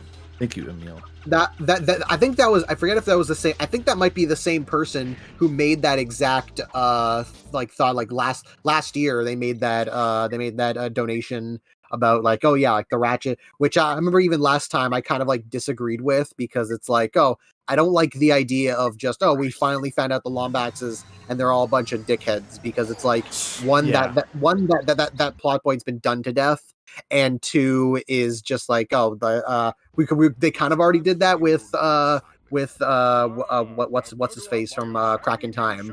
They kind of have him be kind of like the antagonistic Lombax. Yeah. Oh, Eyebrow Man. Right. I anticipate that what they're going to do, I won't be surprised if they don't do this, but I'm expecting that they will, is that they're going to find the Lombaxes in the next game, because they outright said, we're going to go visit the Lombaxes this time. For real, we fucking promise.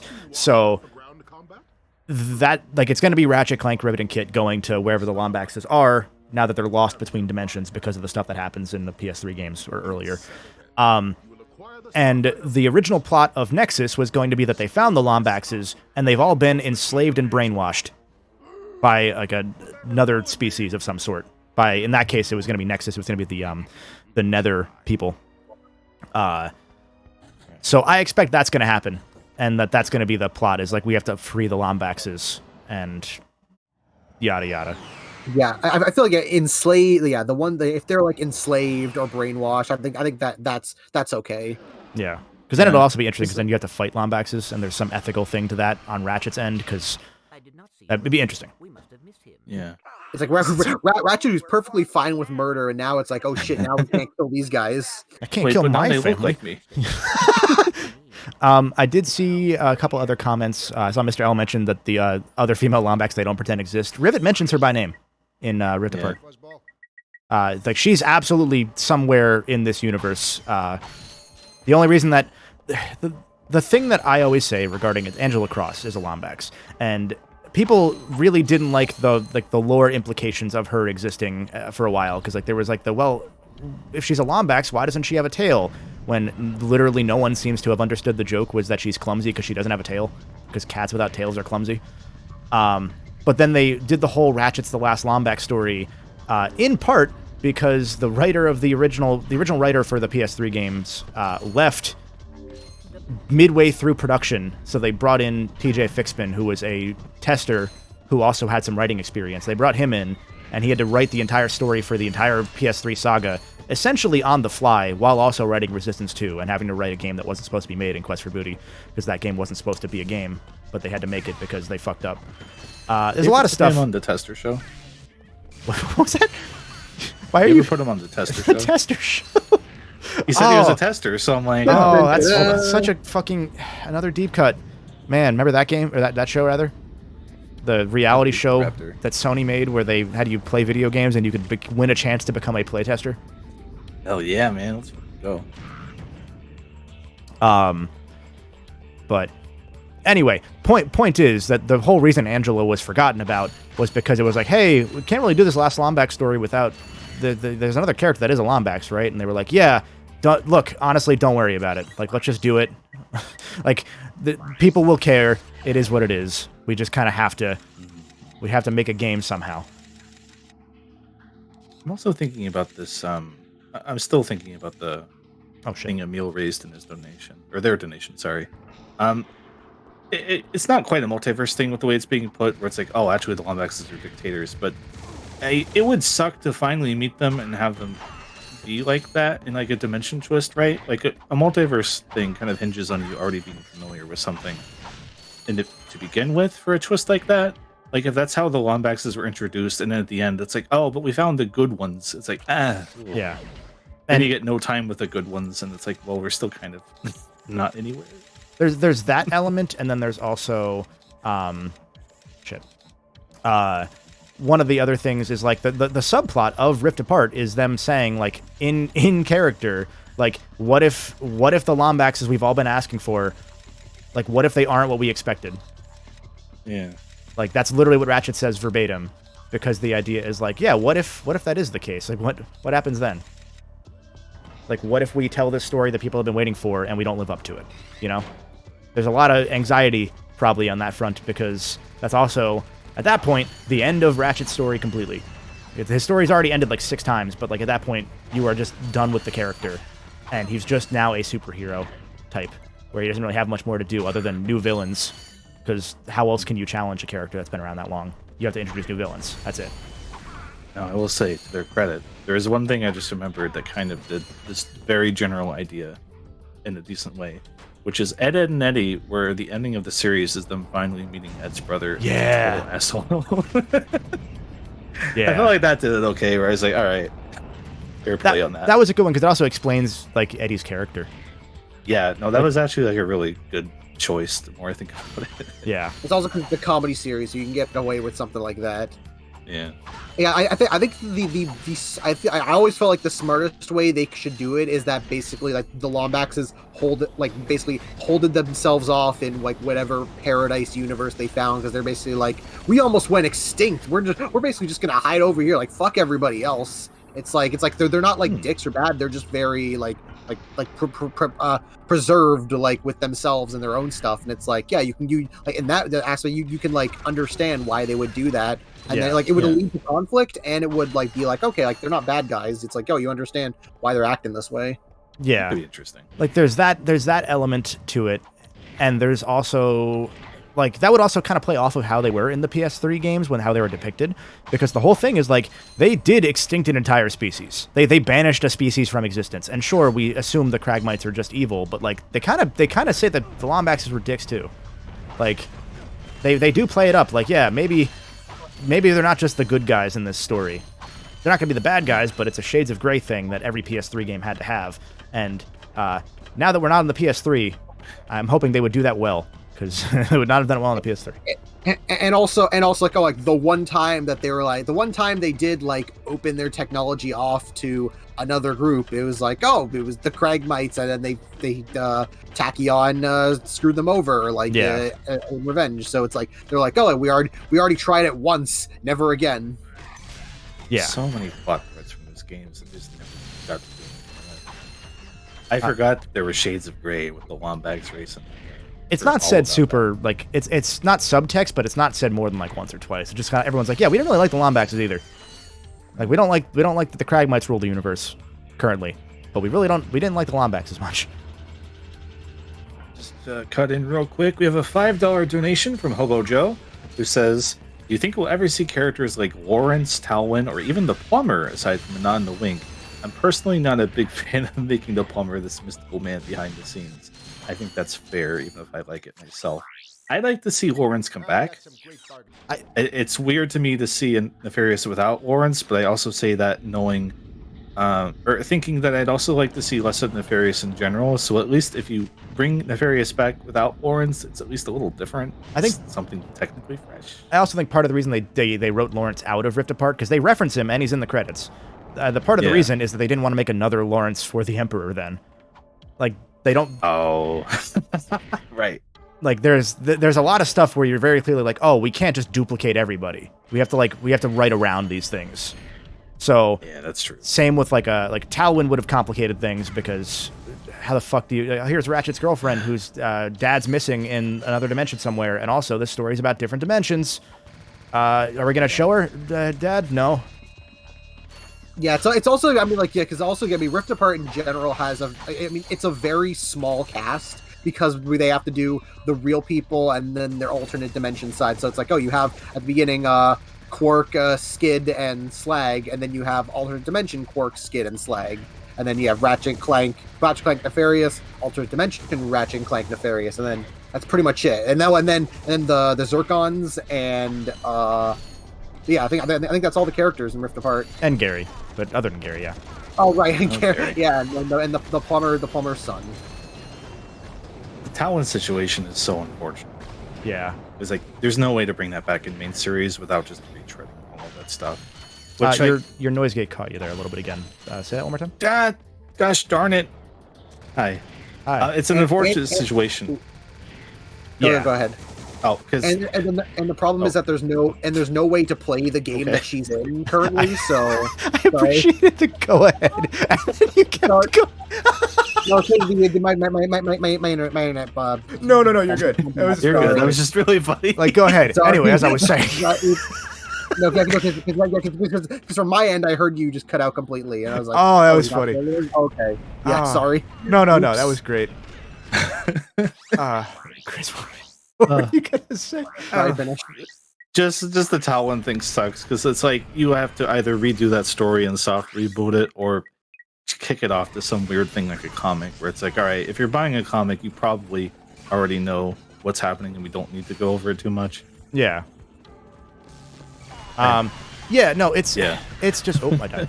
It's unfortunate. It's the best way to describe it. Like you said, like there's so many characters that they wrote together, and even Talwyn got shafted pretty bad in the PS3 games because she's not even in Crack in Time after being like the whole thing. My biggest nitpick with the PS3 series is that the story is very clearly about, to some extent, about like fathers and about family. Ratchet is finding his family. Clank finds his family, even though he doesn't even want to. Talwyn's dad is missing. So the whole third game is about the story of Ratchet, Clank, and the whole saga is the story about Ratchet's family, Clank's family, and Talwyn's family. And we know what happens to Talwyn's family because her dad disappears, and then we don't get any more word on it after that. They just kind of leave it to like lore dialogue because of how crunched the games were by the end. And then on the Nexus, her fucking family explodes, which is, pretty cool. Like they just... Yeah, buddy. They just completely, like, shatter anything that she has going for her, and then they don't get a chance to pay it off because of the unfortunate, like, hey, so, I'm Sony speaking here. You guys told us you were going to have multiplayer in Tools of Destruction, and then you told us that you didn't. Can you make that up to us somehow? Or rather, I guess Insomniac promised they would make it up to them. Right? They didn't say, can you make it up to us? And so they made Quest for Booty, a quick download game. And then that cut into the production of Crack in Time, which made that game's production at 9 months. Total. All of it. It's just a mess. Oh, I don't need to do this. Hold on, watch this. Thank you. Tonight's event will be rebroadcast at Oh, the skip. Hooray. Oh, there you go. There we go. Okay.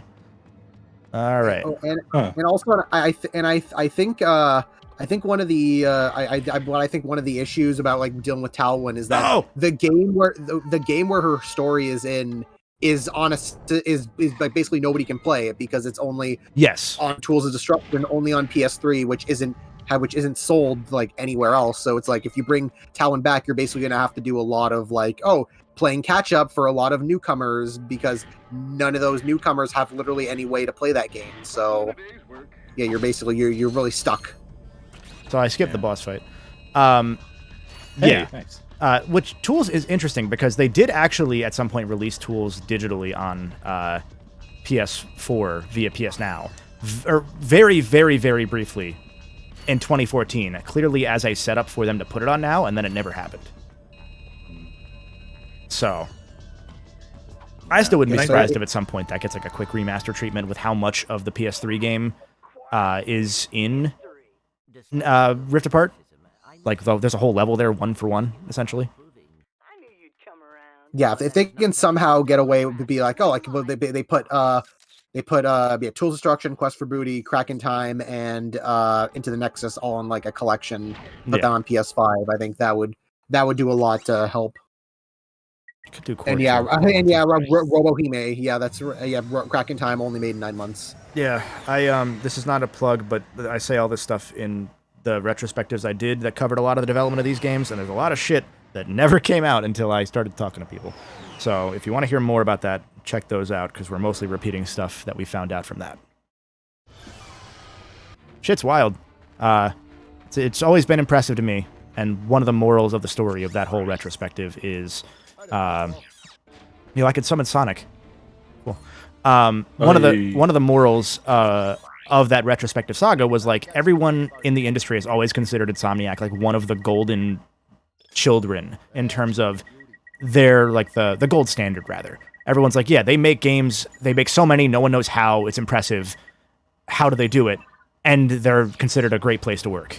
And the answer was all of that was true, and in the same breath, turns out they did crunch a lot, and they had to over time work on that because they never wanted to, and so their management just had to learn how to manage a game developer healthily, which is something that most studios still struggle to do. And so it took them like 20 years to get to that point where they were like, hey, we didn't crunch at all, and we're not going to at all. So yeah. Speaking of Crunch. I'm gonna crunch this one in real quick. Saiyan Fox 10 with $20, who only says no. I don't think I'll comment. Thank you, Saiyan Fox. I'm gonna drone strike these guys. Did it? Get him, Ratchet. Thank you.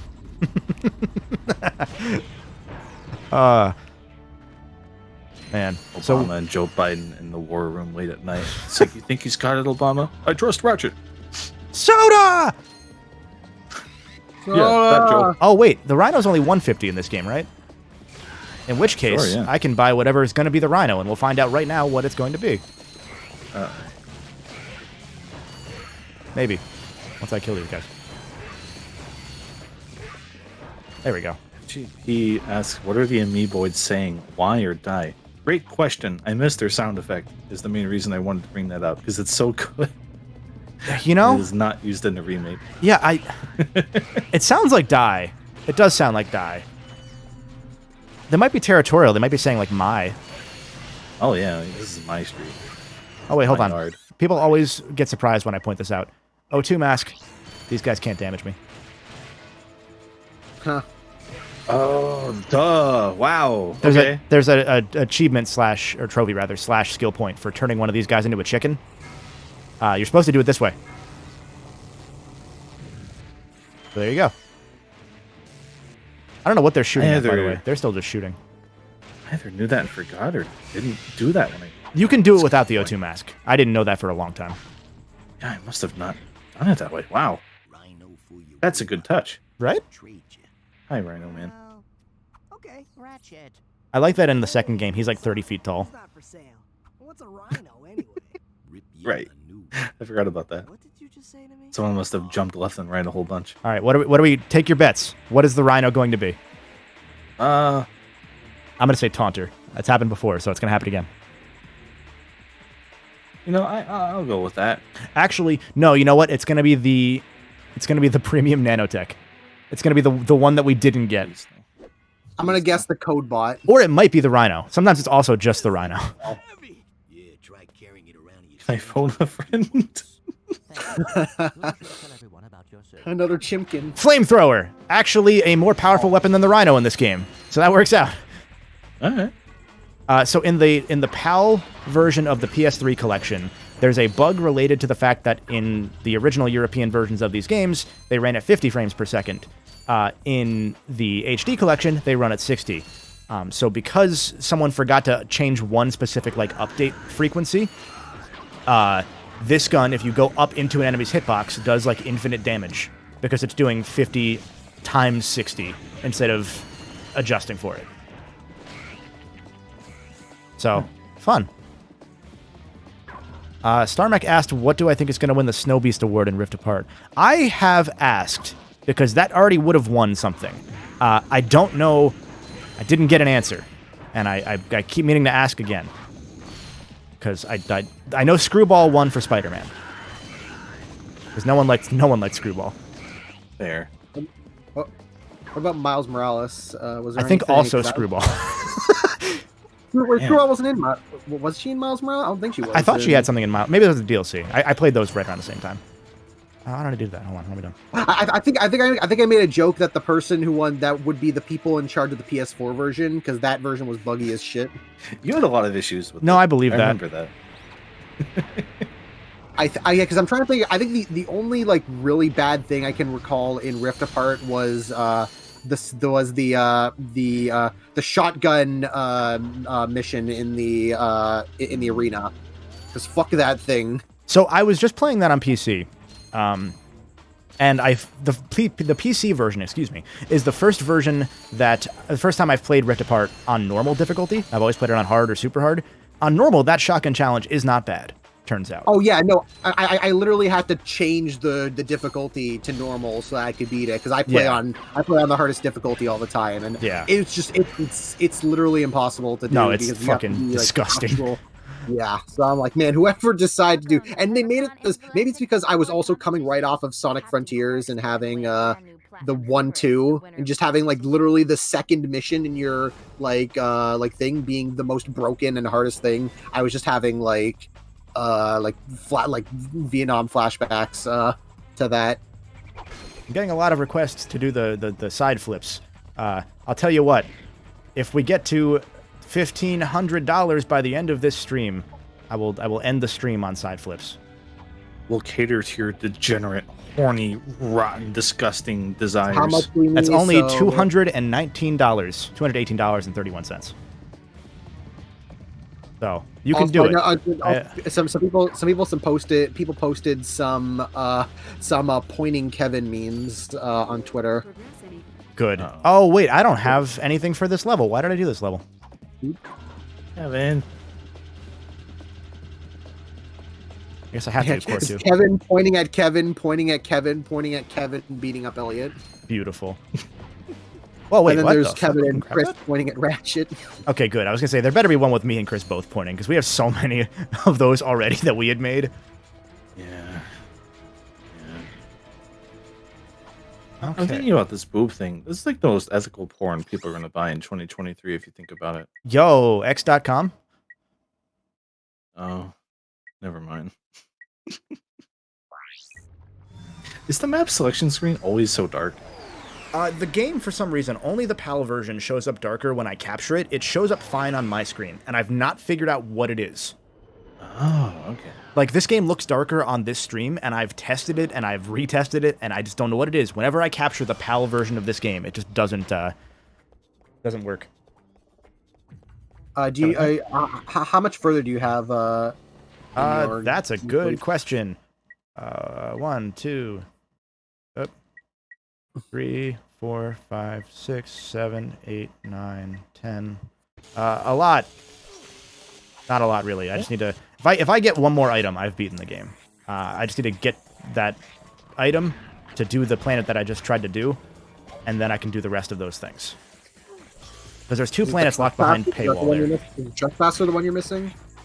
What was that? Oh no, you already have the Trespasser. It's the Hydro Displacer or the hover pack. Or the hover pack, the hoverboard, sorry. And so I need to do this to get another planet. I've done a bunch of the planets that I can just run through at this point. I haven't gotten Metropolis yet. So I'm not sure, actually. But depending on what they give me and when, it could be any given moment. Because if I get the Hydro Displacer, then they can give me the final level at any point. Because then I have all the items needed to beat the game. So then it's just a matter of finding where the final level infobot is hidden. Kevin, I have a question where it's okay if the answer is no. Do you Yeah. have the fart reverb sound effect on your soundboard? Oh, I don't, but I can add it. No need to at this moment, just because we have $5 from Andy Mine P, who opens their thing with reverb brain fart. I was going to lead that in. God. They say, anyway, why is Clank pretty cool? That's a grand question. For He's a this robot. century. It's just, yeah, I mean, really, Mike's a robot, and that's pretty cool. pretty effortless at a point. I don't even know why I made that joke in the first place when I first did. I think it was just literally I was trying to figure out something else to add to like make it a power of threes. Like I say 3 things about how I like the game. I think that was just I literally ad-libbed Clank's a robot. That's pretty cool. And then somehow it kept coming back. I like that Clank, like robot. the way he holds his arms when he shoots. He holds them like he's like aiming guns sideways. Also, hello Now- frame rate. There's the Clank game we need. Him and GTA. Oh. That'd be a fun mod So- for Spider-Man. Clank skin. You're caught up on donations. Boys, I'm going to go stretch my legs for a couple minutes if that's cool with you two. Enjoy your leg stretching. We'll have fun Enjoy over your here. gaming. Enjoy your gaming. Did it freeze or why am I still fighting? I should be done, right? Looks like the health is half. No, so that's not that's my health. Oh, I was like, wait a minute. I was like, But yeah, that's right. Am I missing one enemy? No, okay, cool. There you go. Okay, I'm gonna skip cutscenes more now because need to. Kerwan, okay, cool. Cool, that's helpful. Because that one has 2 infobots and an item, so that might be actually what we need to finish the game. Yeah, as someone whose very vocally on team, not really caring that much about the first Ratchet, like seeing like how the randomizer does everything and how like it changes up the gameplay structure. Yeah, It does yeah. make me go, oh, I'm actually more respect for the original Ratchet. Like, it's one of those where I've always thought it was kind of weird, the retroactive love that a lot of people would give to Ratchet 1 simply because it was more like Metroidvania-esque, like very, very lightly. Because a lot of that, they ended up attributing it to tone, and just, I don't like the new game as much, therefore I'm going to hold up the old one to a much higher pedestal. It's interesting, because I think that a lot of those people miss the point sometimes. Which sounds like a much worse way of saying it than I intend to, but hold on, I'm going to skip this cutscene. Watch this. No cutscene. There's a specific community in the Ratchet sub-community. I got a trophy. Why do I get a trophy? Oh, this is the PS3 I don't have my account on. I forget what I was saying now, sorry.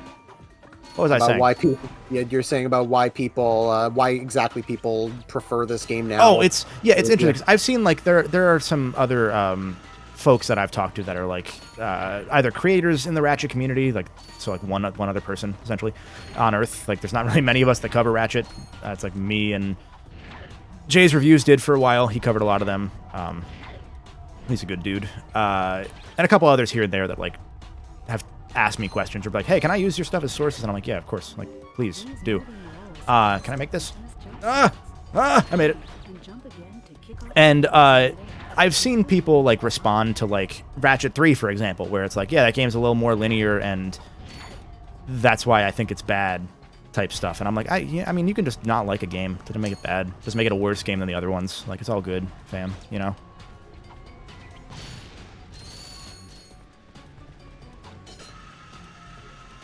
Yeah, But, and then there are certain things where it's like, oh, yeah, when you have like something pointed out to being all like, oh, this game was designed like when you're playing, like say like with Crack in Time, you don't really think about, like, for a lot of people who do like me, who consider it like one of their favorite like of all the Ratchet games, it's like, oh, like a lot of like the weirdness about that game you don't really think about playing through it, but then when like someone points it out to you, it's like, oh yeah, isn't this weird? Isn't this weird? Isn't like that weird? And then you're like, oh yeah, I guess. And then it's like, oh yeah, because there are problems with production and things have to be cut and moved around. And that's when you like start piecing together and be like, oh, okay, now I see why, like, it makes you appreciate them more. But also, yeah, but depending on like how it feels, like there are sometimes when it's like, oh yeah, like it becomes more of a problem for you. But then there'll be sometimes where it's like, oh, I mean, like I can recognize it, but it doesn't really like make me be all like, oh, yeah. I don't like this anymore. Like, it's like, oh, I still like, even though it's kind of like also how I feel about maybe like Sonic Unleashed, where I'm like, oh, it's not a perfect. There's a lot of issues with that game, but I feel like it handles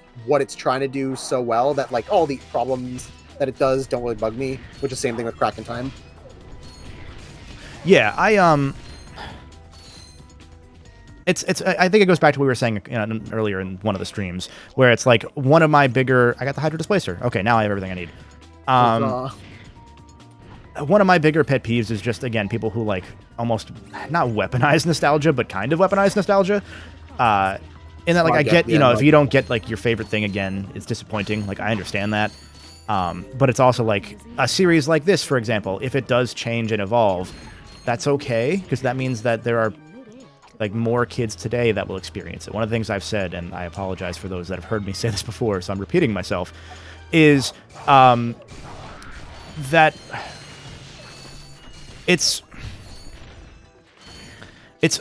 I've lost my train of thought again, sorry. I saw dogs and had to shoot them. Fuck, what was I going to say? I jumping up. Yeah, no, go ahead. I get what you're saying, because I'm very much the same way in terms of a lot of discourse, criticism, all the like, of basically being a lot of bringing back things in the past that maybe weren't fairly like critiqued, or pretty noteworthy, like that a lot of people were saying like, oh, weren't that good, and now like so many years later bringing back and being all like, oh, actually this is good now. But instead of doing that to be all like, oh, this is, we're relooking this in a new light. It's more so to put down something new, to basically be like, you do like, oh, this was so much better. Yeah, like instead of relooking at Ratchet 1 to be all like, oh, this is all like the good things that it did that we kind of like took for granted back then. Instead, it's now, this is so much better than new thing that's out. Because it just ends up being a circle of like, oh, and then 20 years later, it's going to be, oh, this thing was actually a lot better than we expected, than we thought, and the new thing is bad. And it's like, yeah. So here's a funny thing. When I said I got distracted because I saw the enemies that I had to shoot, distraction was the thing I was talking about, is that the things that a game like the new Ratchets are competing with now are not other games as much as like they're competing with your attention span. So someone who's a kid now who's playing like a Ratchet Clank game has to compete with like not really necessarily knowing how to just pay attention to one thing anymore, because we're also like ingrained with phones and things like TikTok or Instagram, etc. Like there's a constant blast of media that just hits you in the face that you just have to try and find a way to overcome. But if you're raised in that, it's different. Like we've all, every one of us can say, yeah, we're more distracted than we remember being a couple years ago, you know? And so for a game like Ratchet to have to compete with that, like it has to be like a different paced experience, which is why like people saying Ratchet Rift Apart is one of the shorter games is interesting, because like if you play it and you can see it's like a 9-hour game. It's about as long, if not a little longer, than Tools, which is the longest one. If you play it by skipping cutscenes, it's a little shorter, but that's a whole different ball game, obviously. Yeah, there's definitely a question of when you're talking about when you're talking about like, game length, especially nowadays, it's like, are you counting cutscenes or are you not counting cutscenes? Because then it's like that also like that messes with a lot of like, oh yeah, like this game is shorter or it's about the same, and it's just it just becomes a lot of it more so just becomes what does it feel like? Yeah, well, and also with a game like a Rift Apart, like the story is so ingrained, like the cutscenes are so ingrained into the experience that if you skip them, the game has to load on PC because it's not supposed to be that way. Let me show you my little trick. Hold on, I've showed this before, but I'm gonna do it again. Oh, you see, you skipped this section. Yeah, I remember this. Can't do this part yet, but there, I skipped the level. Can't do that part anyway, but yeah. Continue, sorry. No, that's all. Just want to quickly say, Chubb Master Chain in the chat says, wait a minute, this isn't Taco Bell. I was promised a Nacho Bell Grande. Where's my Nacho Bell Grande? Oh, that's great. And I need to say, David T. Lurker said, I once used weaponized nostalgia to fight my way out of Prison Island, Sonic Adventure 2, or Australia. Dealer's choice. Hi, David. But, yeah, like so with a game like Rift Apart, for example, I think the story is so ingrained into the experience that, like, you have to count it. Sure, on more playthroughs, it's not necessarily as long, but that's a different discussion to have, you know, like then it's like, oh yeah, I want there to be a like meatier gameplay segments. Well, that game has some pretty meaty gameplay segments. Each level is still like an hour without cutscenes. And so and the thing about I was saying about, I'm very scatterbrained as I'm doing this now. The thing I was saying about like what sort of things that like a game like Rift Apart now has to compete with. It's like, yes, compete with like your attention span, and it has to compete with like everything being cynical. I know I've said this before as well. Like every piece of media is now cynical in the way that Ratchet was really good at being back in the day. And as those the writing team back in the day rather, or the designers or the programmers have realized over time, when they grow up and their stances change over time, you know, like they have kids or they mature, the things that they want to produce will also change. So it's important to like recognize that, like, yeah, you know, people want it to go back to the PS2 style because that's the stuff that we grew up with. But the people that are making these games are 20 years older than us, and so they're making stuff for their kids now, where they're like, I want something my kids can enjoy. And in a world where everything is so cynical and depressing, maybe having a thing that's positive is kind of cool. And like that becomes the counterculture almost. The PS2 Ratchet games are pretty much like cynical sci-fi comedy. That's basically what I say. Like some ones like Ratchet 3 has a pretty like dense, like quote unquote dense plot, but it's all of it's mostly just for the sake of telling jokes and like being goofy and fun, and having a little edge to it.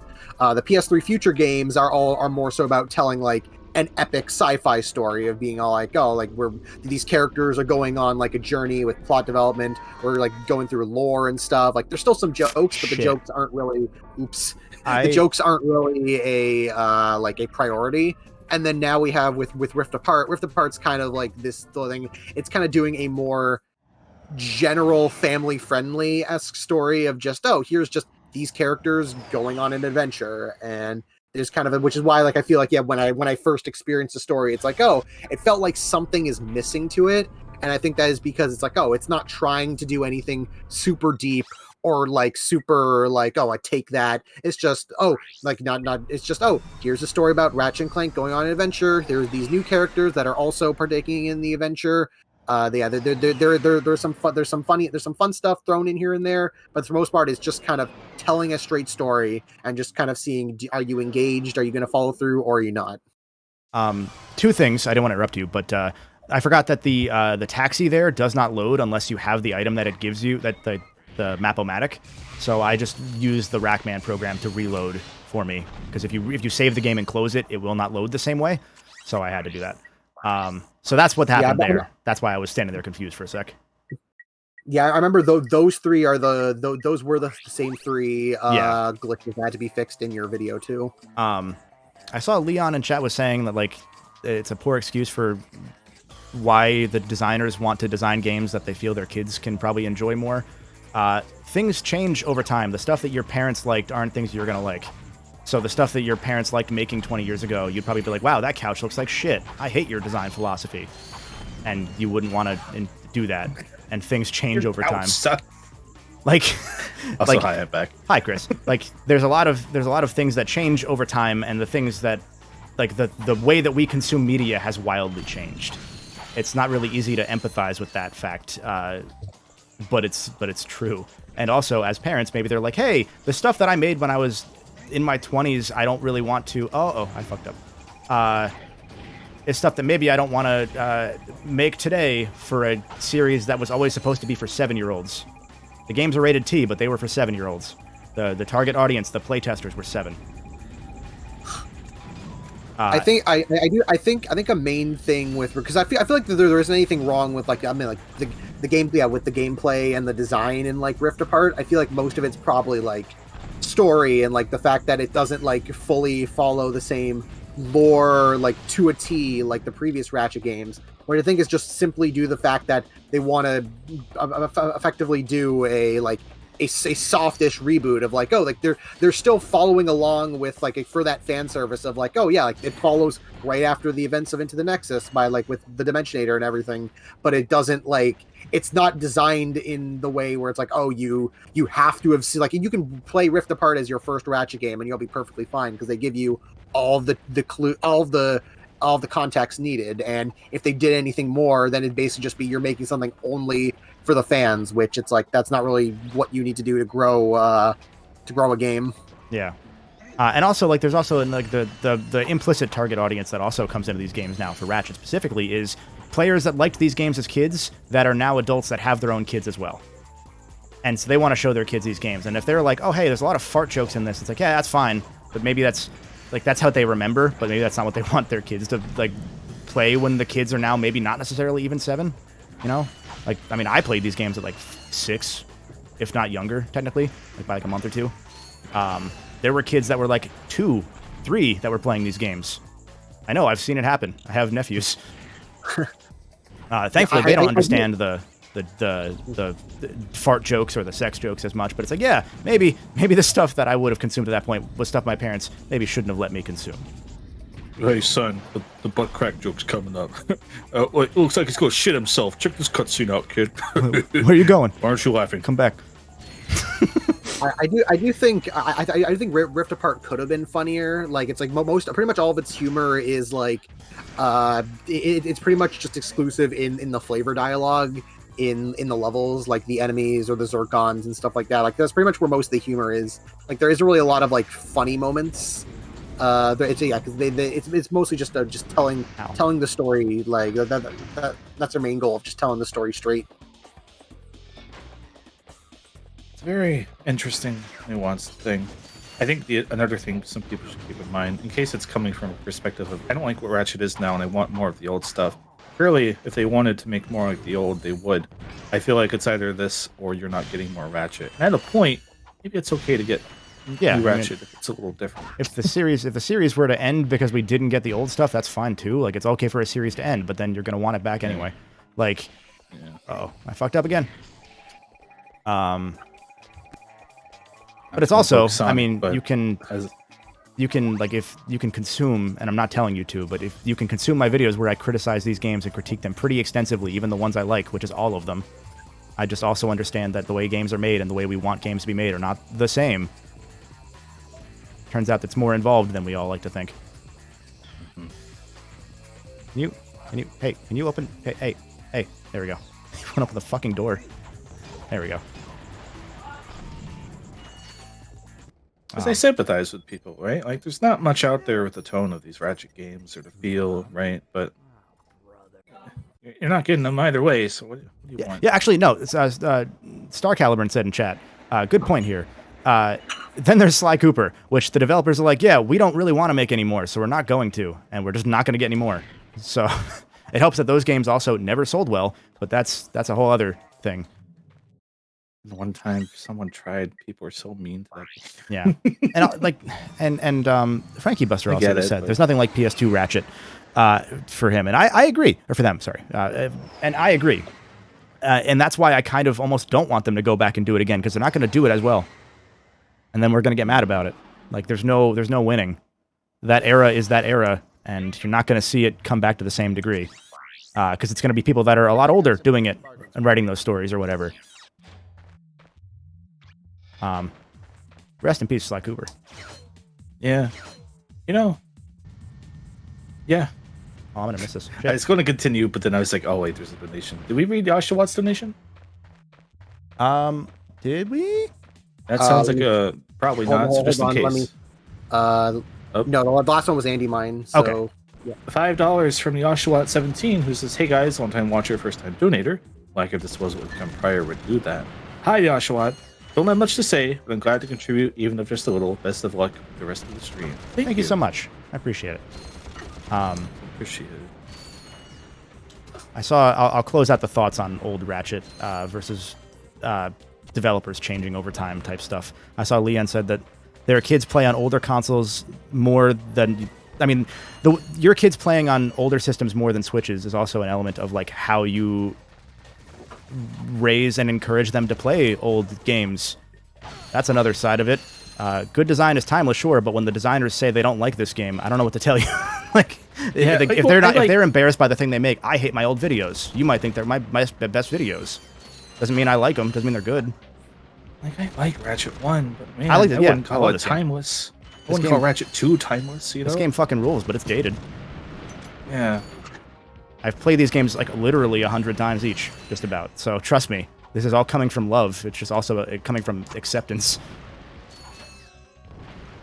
What other games do we hate? Talk about Sonic, quick. Jack and Daxter. Oh, Sonic the Hedgehog. No. Yeah, I don't know. Jack's a good example too, though, because like Jack was one of those things where they decided against making the Jack 4 that they were thinking about making because they were like, how the fuck do we even do this? Like most of the people at the teams did not work on the games. Like the Jack 4 concept stuff was like realistic, Uncharted looking shit. And it's like, yeah, that's what happens when studios change over the course of 30 years. That was another weird thing to have to accept over time. When I was looking at Naughty Dog before I played Uncharted and stuff, and I think, why don't they just make more things like they used Where's the good shit, to quote our friend Nico? Where's the stuff I want? And at the point, I had to be like, oh, right, those people aren't even there anymore.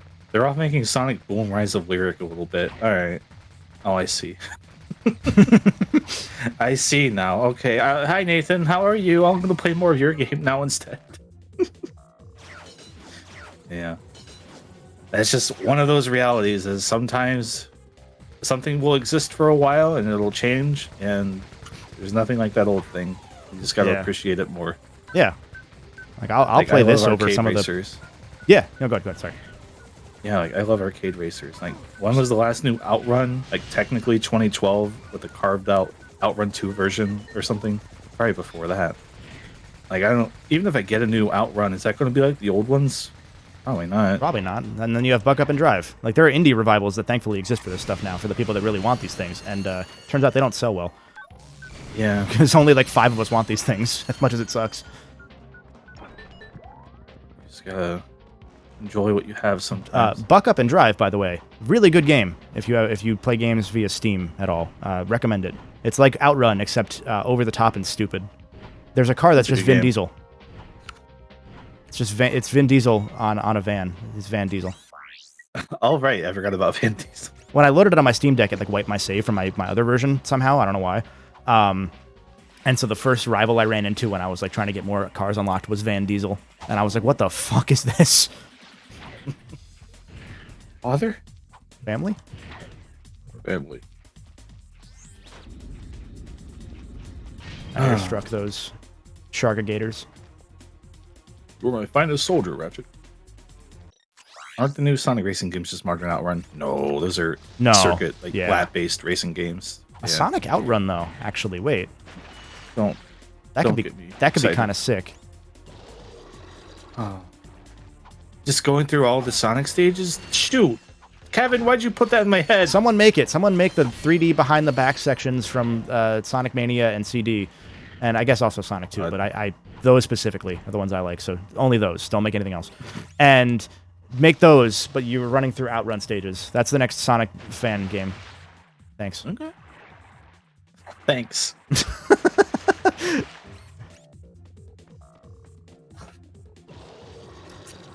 Oh, we have $20 from Jack Bailey. Thank you so much. Who says, Jack. Another year, another charity stream. Love the Ratchet games, so going to make my first donation of the year. Thank you, Jack. Thank you so much. That puts us at, it looks like, $13.11 and 69 cents. So again, as a reminder, if you want me to do the side flips in front of the hoverboard girl, you degenerates, I will do it if we get 1,500 by the end of the stream. We are somehow approaching mac and cheese and boobs as incentives. Oh, that's right. Mac and cheese is also 1,500. Yeah, you'll get boobs and mac? Mac and boobs cheese? And cheese? That sounds boobs way worse. No, yeah, actually. boobs and cheese I don't think works. Boobs and cheese. I don't want boobs and cheese. Thank you very much. Hi, Spider Knife. Oh, hi, Spider Knife. Oh, Sabrina, if we reach $1,500 raised before the end of the stream, Kevin's going to summon the Ratchet boobs. That makes sense to people, I promise. Hey, no, if you know, you know. If you know, you know. If you don't, hopefully you will. You'll know. I saw Mr. L asked why they didn't try a hoverboard spinoff. I think that would have been the right time period, actually. Honestly, not a bad idea. I think they probably just didn't want to. I'm not going to lie to you. It was probably very much like, hey, why would we do that when we're implementing things into our games anyway? Because that was the rage back in that era, you know, was, hey, let's take a game and add a shit ton of mini games to it. So having a whole game dedicated to that would have been rad. Like work. I'm going to kill this guy with just this gun. Right, this boss. The Blargian Snagglebeast. I'm just going to drone strike the Snagglebeast. Yeah. It's the correct term. Just every time you say it, the thoughts I have, they're complicated. Okay, one phase down. Why is this working? You got an ass shot in there. That was impressive. Right? Snagglebeast backshots. Again, correct term. I don't like the thoughts it gives me. Welcome to the Ratchet Clank Randomizer stream, where you didn't expect words to be used this way. Boob cheese, drone strikes, whatever the fuck you just said. We got it all, baby. Crotch shot. Oh, shit. Did I miss? I missed. Went through him. Damn.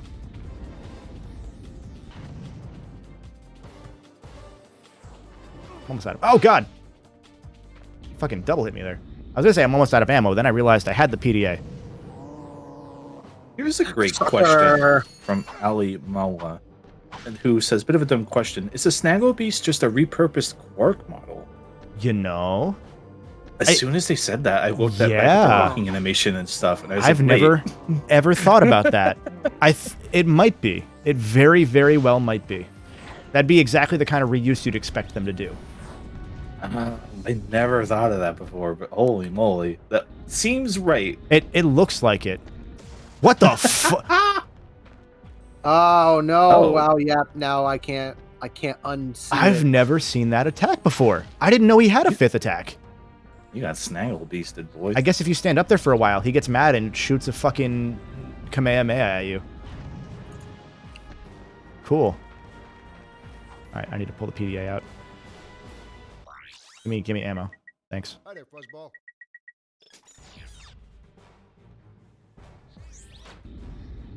Tell him it said we're up to like 6. I didn't know that today. Every time I play this game, I find at least one new thing, and it's always incredible.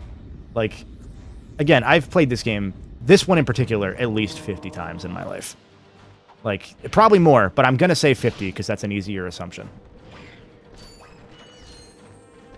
Oh, Boobs and Cheese sure did bring the donations in. We got 3 in the same minute. Let's here. go. All right. $5 from Asparagus Eduardo, who says flips and cheese. Sure. Thank you, Eduardo. We have $5 from Sondox, who says another year, another room for charity. I swear we keep moving room all the time.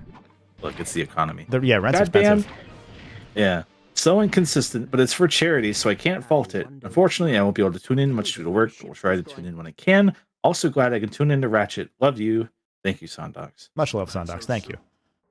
And we have a $2 donation from Andy Mine P with a comment. I have to be the horrible person who reminds that unless it's $5, we're not going to read the comments. But I just want you to know that I do agree with you. I think Andy did donate earlier at one point. I don't know if they donated. He did donate $5. Oh, there's 5 earlier. Okay, got you. Oh, I got the pilot's helmet. Cool. Now, what's curious is that when you finish the Snaggle Beast, it always sends you to this level, but it's not necessarily the level I unlocked. So I may have also unlocked another level. And first, I'm going to do this one. We are about an hour away from the intended max length of this time limit here. And we haven't found the final Velden yet, so I can't officially say that the game is definitively beaten in less than that time. But still feeling good. So that's the update on the game here. As a reminder, you can type !donate in the chat to get the donation link sent right there in the chat for you or for everybody else. You should do it. Oh, Chris did it. Hey. You should do it again. He also he also checked the schedule button. You type !schedule and see what the upcoming schedule is.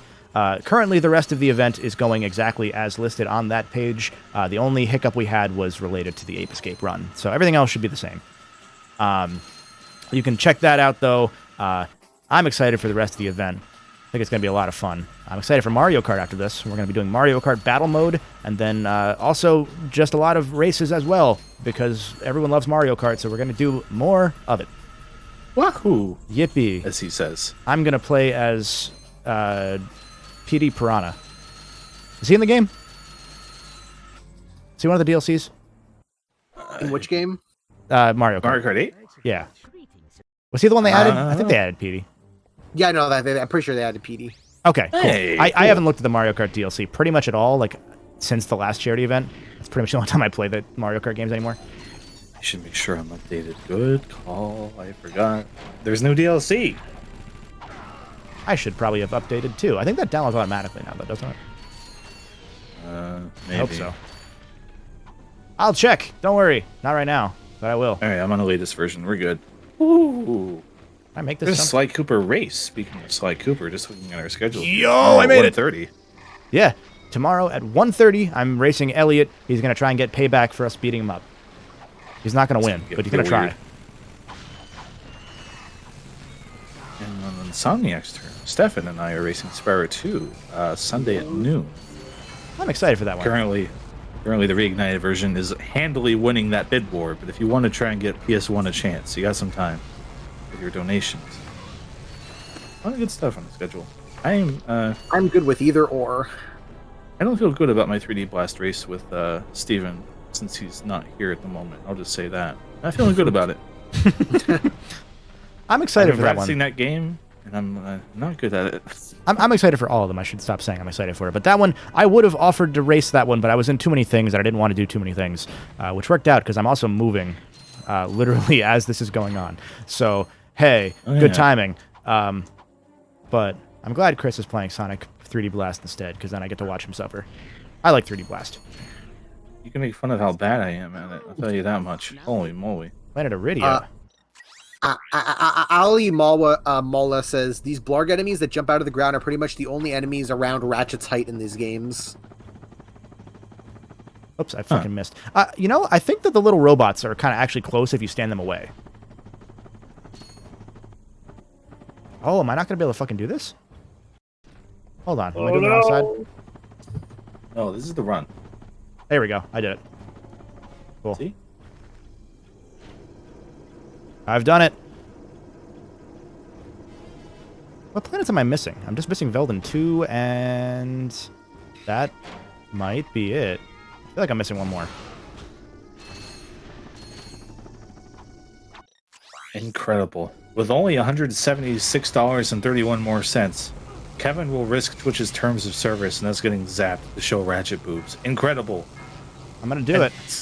Someone will cook mac and cheese. Will it be Sabrina? Will Stefan have to make 2 boxes in one day like a freak? Will we find out. Will we show Stefan's boobs on screen? Wait.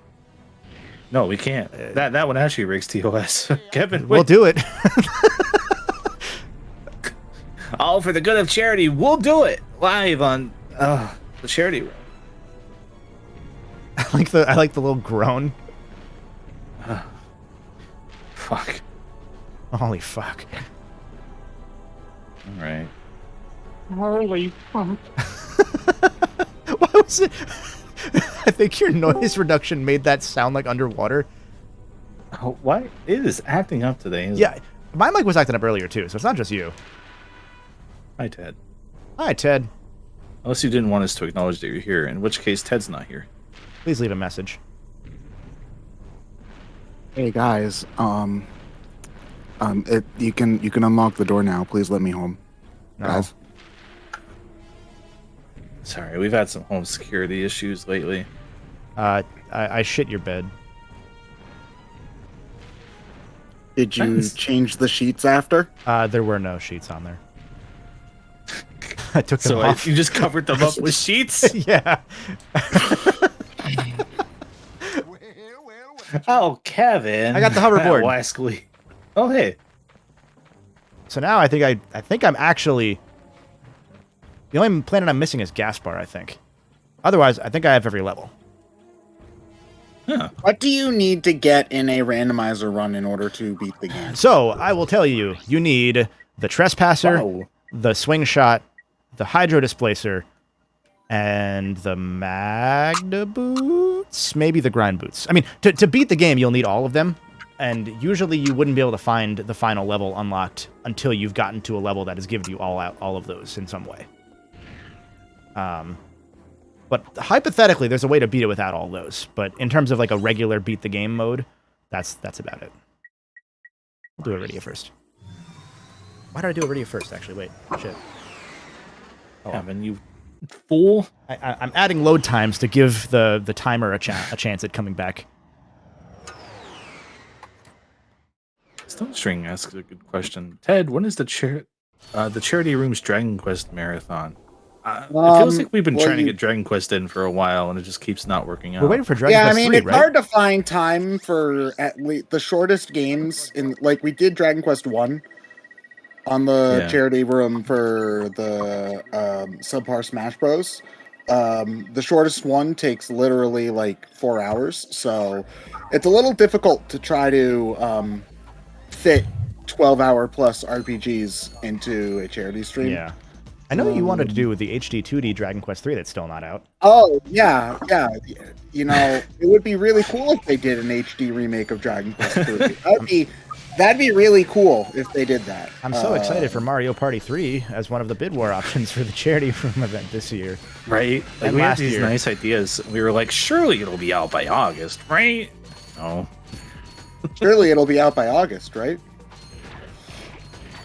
Now, if we ever did a dedicated Dragon Quest event, somehow, that was just, I guess, just Ted and Catherine at this point playing all the Dragon Quest games. Probably, yeah. Like, y'all say you want Dragon Quest Marathon, you better mean it, because otherwise you're sitting through me talking about how cool this one niche RPG series I like is for roughly 30 hours. I feel like there's room though, because like people in chat are pointing out there are spin-offs. Like somehow you could get most of those are in, pretty long too. Yeah. but they're also pretty long. Yeah. Yeah. Like Dragon Quest Builders, great game.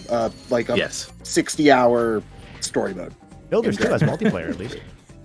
Yeah, but it's like I don't remember if you can do multiplayer during the story mode. I think too you could, because we were looking that up at one point. Because I was like, I know that'd be that cool you to play can, instead of Minecraft, because our friend likes Minecraft and we don't want to play it. Yeah. Poor Nico. I'm still waiting for Apex. I am too. Not to play it for charity, Apex? just to play it. We haven't Is played that our Apex meme like game for next year? We could. No, actually no, because we would show how shit we are at the game. Yeah, actually, hold on. We're never doing that. Apex Legends.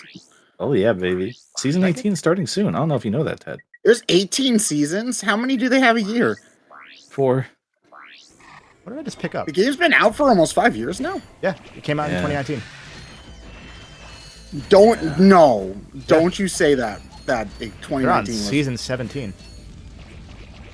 I'm so mad right now. I wish I was kidding. I'm mad fun. too. We're the ones that have put 1,000 hours on that game per year. Andy brings this up in chat. I'm only saying this because I don't think we're ever going to do it. But Kevin and I have talked about a Yakuza 1 race at some point. We have. That could happen. I love the idea of doing Gaiden because it's the shortest one most likely, but it's the most spoilery one possible. How is the remake of the first game the most spoilery one? No. Gaiden is a new one. They're taking the side story definition of Gaiden literally. Kiwami are the remakes. Yeah, this one's like an integral right. kind of game. Oh, Gaiden is 6.5. like- is Gaiden the one starring the Dragon Quest fanboy? Or No, is that's the new series. That's 7. Okay. Yeah. But Gaiden's the new one that comes out this year that shows what happened to Kiryu. I got the suck cannon. Suck. It shows what happened to Kiryu in between 6 and 8 because Kiryu is also playable in 8 now with a haircut. Looks like Persona 4. Goldstorm says, "What about a Kaido Files race?" That'd be really funny. I wouldn't be opposed to it because that game's like 4 hours. But I don't think that show the incredibly violent ending cutscenes. Oh wait, yeah, hold on. We skip all the cutscenes with those. God, we could ostensibly do like a Kiwami 2 and skip all the cutscenes and get a good run of beat 'em up gameplay out of that. I thought people didn't like 2. Or am I... 2 is fucking fire. Okay. Yeah. What's the one people don't like? 3. Yeah, 3, okay. 3's the beach episode. 3's the least liked in that people still like it, but it's the one people will say to skip if you're trying to be timely.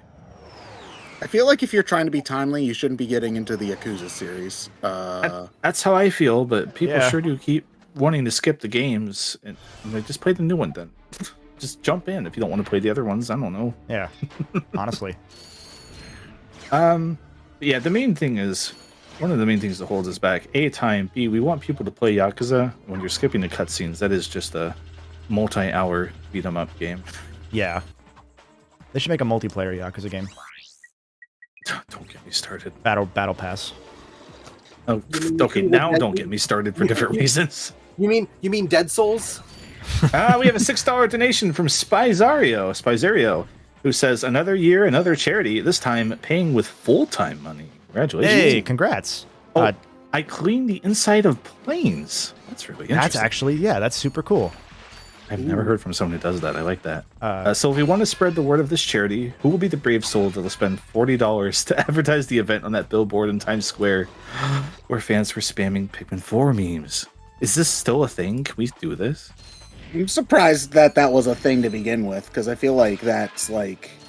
People have to know better by now, right? The answer is clearly no, but they should. Can we? I'd feel bad spending $40 on that instead of donating $40 to this charity. I love the idea of What? come watch our niche charity streams. They just come in and- Have you seen the stuff that people put up there? It's No, like that, that's but it's that's not- fair. yeah. That's All fair. right. I have the pitch, okay? This can only work in the next, like, 30 minutes. We put up a GIF of Ratchet doing the boob glitch, and we say, please give us money so we can do this IRL, and people will be like, what? I have to go tune in and donate.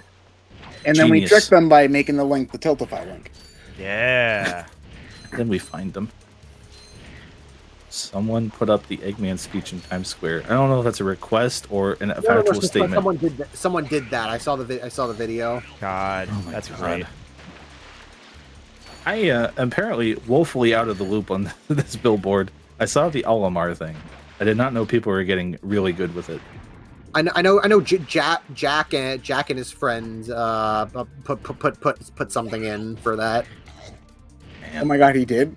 Yeah, he did. I think he and Emmy put their gorb on it Oh my because god. of course they did. Chris, I have an idea for a business expense for Crow. All right. Yes, yeah. Put the grub. You're not getting paid this month. It's coming out of your paycheck. Oh, speaking of, I forgot about that. Yeah. But yeah, I'm good with this. How long does it stay up on the billboard for $40? That's what I was wondering. Actually, I that's a good believe point. it's 15. I think it's 20 seconds, 15 or 20 seconds. Oh, Oh, fuck that. Okay. all right. Like, So, that's probably priced out reasonably, but fuck that. all right. So Chris, I have bad news. Oh, yeah, 10 elements said 30. It's 30 seconds. Oh my God, that bouncer just did the chicken cheese man laugh. It's Ratchet and Clank, Captain. Where's Travis? Oh, we have a $5 donation Oh, from I beat the Blah game. 6. Yay! Oh, Kevin, congratulations. Yeah, we have $5 from Blah 6 who says, hey guys, so I thought I should share an idea for a future segment. I attended a panel at Too Many Games this year where we combined two pieces of media and chat and GBT to make movies, games, and shows. Pitch a game combining Ratchet and Clank and Sly 2 Band of Thieves was an example. Highly recommended. I can see the potential here. Interesting. That may, Oh, shoot. Sorry, I missed the donation. You're right. Hold on, doubling back 1 second real quick. $5 from Chef Kilo, who says, so idea for Charity versus Room 3. Ranch. Ooh, we could play ranch. I thought I you meant think- like ranch dressing. Yeah. No, that is exactly what is meant, actually. So Trav and I at Crubcella this year, played a game called Ranch, where we had McDonald's ranch, and we just started slamming our finger into the ranch to see who would break it first. I'm going to put that link in chat, 'cause what the fuck? Why There you go. Why did your house run ranch. command? I said an idea. One of the ideas I thought of was just, if we get to a certain amount, then we'll unlock a video where it's just okay. We got one more thing to show you, and then just a minute video of Kevin playing ranch with somebody. I forgot about that. Oh shit. Ranch is so good. Where's Ranch 2? Well, we wanted to Over play here. Habanero at some point, but they wouldn't let us. It gets in your hair pretty quickly when you play ranch. That I mean, chat not if you're GBT good at it. combining thing, though. That sounds like a good prompt for, like, Family Feud or something. Yeah, I don't know. honestly. I feel like that slots into that somehow. So yeah, I unlocked Veldin from the bouncer, the chicken cheese man, and yeah, so we could beat the game at any point now. Oh wait, I'm gonna do more stuff, but just so you know, mission accomplished. Get me an aircraft carrier. Enemy spotted. Catheter and Ranch, which my mind read as Catheter and Ranch, so thank you for that Yo, idea. Catheter Bond the Ranch. I got the drone glove. Okay, so this planet's done. We leave behind the boob lady, unfortunately. Yeah, we might come back. We only need $161. I will remember you. Ow. Oh no. Oh, wait, interesting. Hold on. I'm holding the drone glove, which you usually don't hold. Or maybe you do. Maybe I'm crazy. never mind. Fake It used to be called the drone glove, but they made it a different thing at some point. So it's just the drone device. Okay, so now I can go. I can't go there because I don't have the platinum. All right, I'm gonna step out for a minute so that I can get the next stream started. But have fun. Bye. Have fun. Okay. So Chimba said in chat, it looks like the Hollow Guys. Okay, I'm not crazy then. Because I thought that was the Hollow Guys switch. So I'm going to Velden now just to unlock the teleporter to go to Drek. And then I'll go back and do other stuff. As long as we have time to. So all I'm missing is the Hydro Pack and a couple weapons at this point. So, we're gaming. And also, I have enough health to just skip most of the level. Oops. Enjoy your game.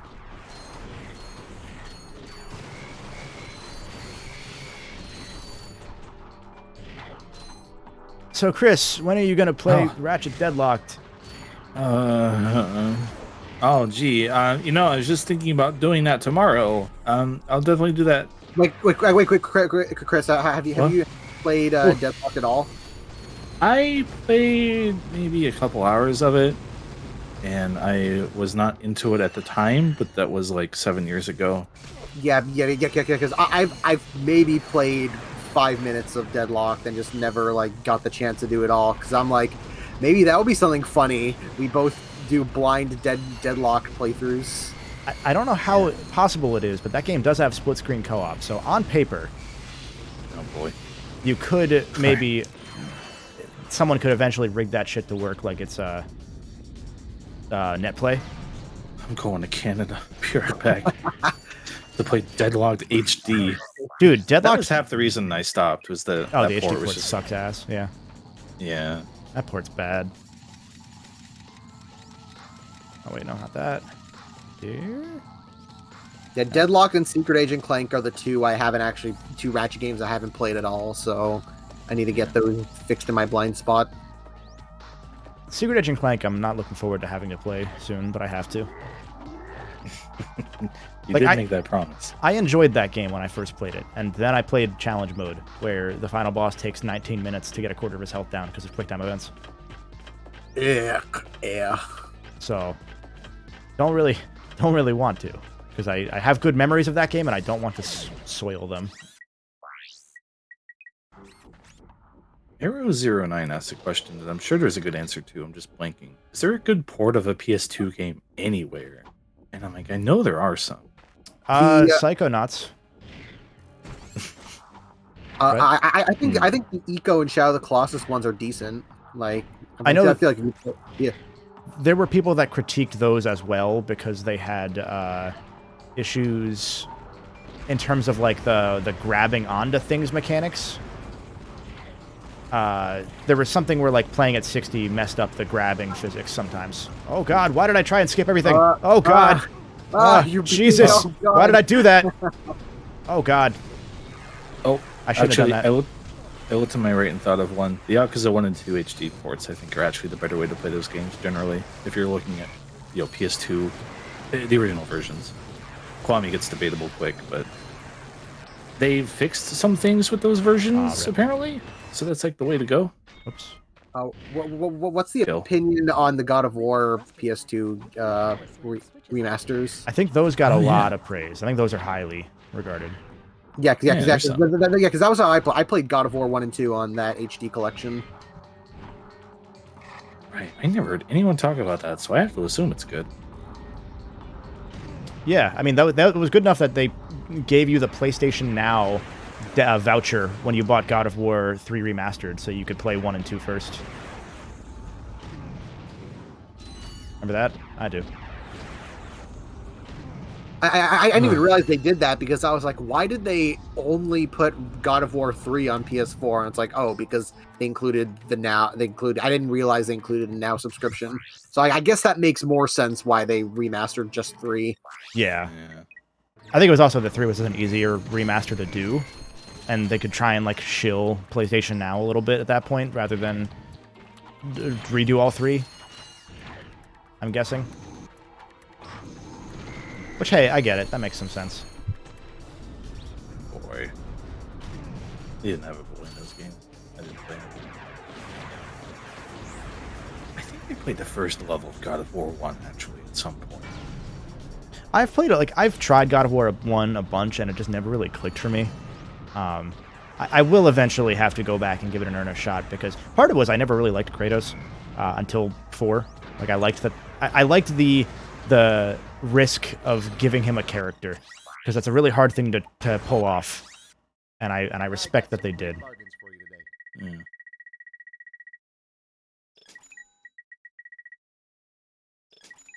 Oh, that's a nice one.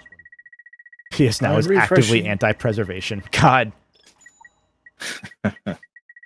No new donations. If anyone wants to donate, what's our number? $160.31 to get valuable prizes, like someone having to cook macaroni and cheese on stream in a few hours.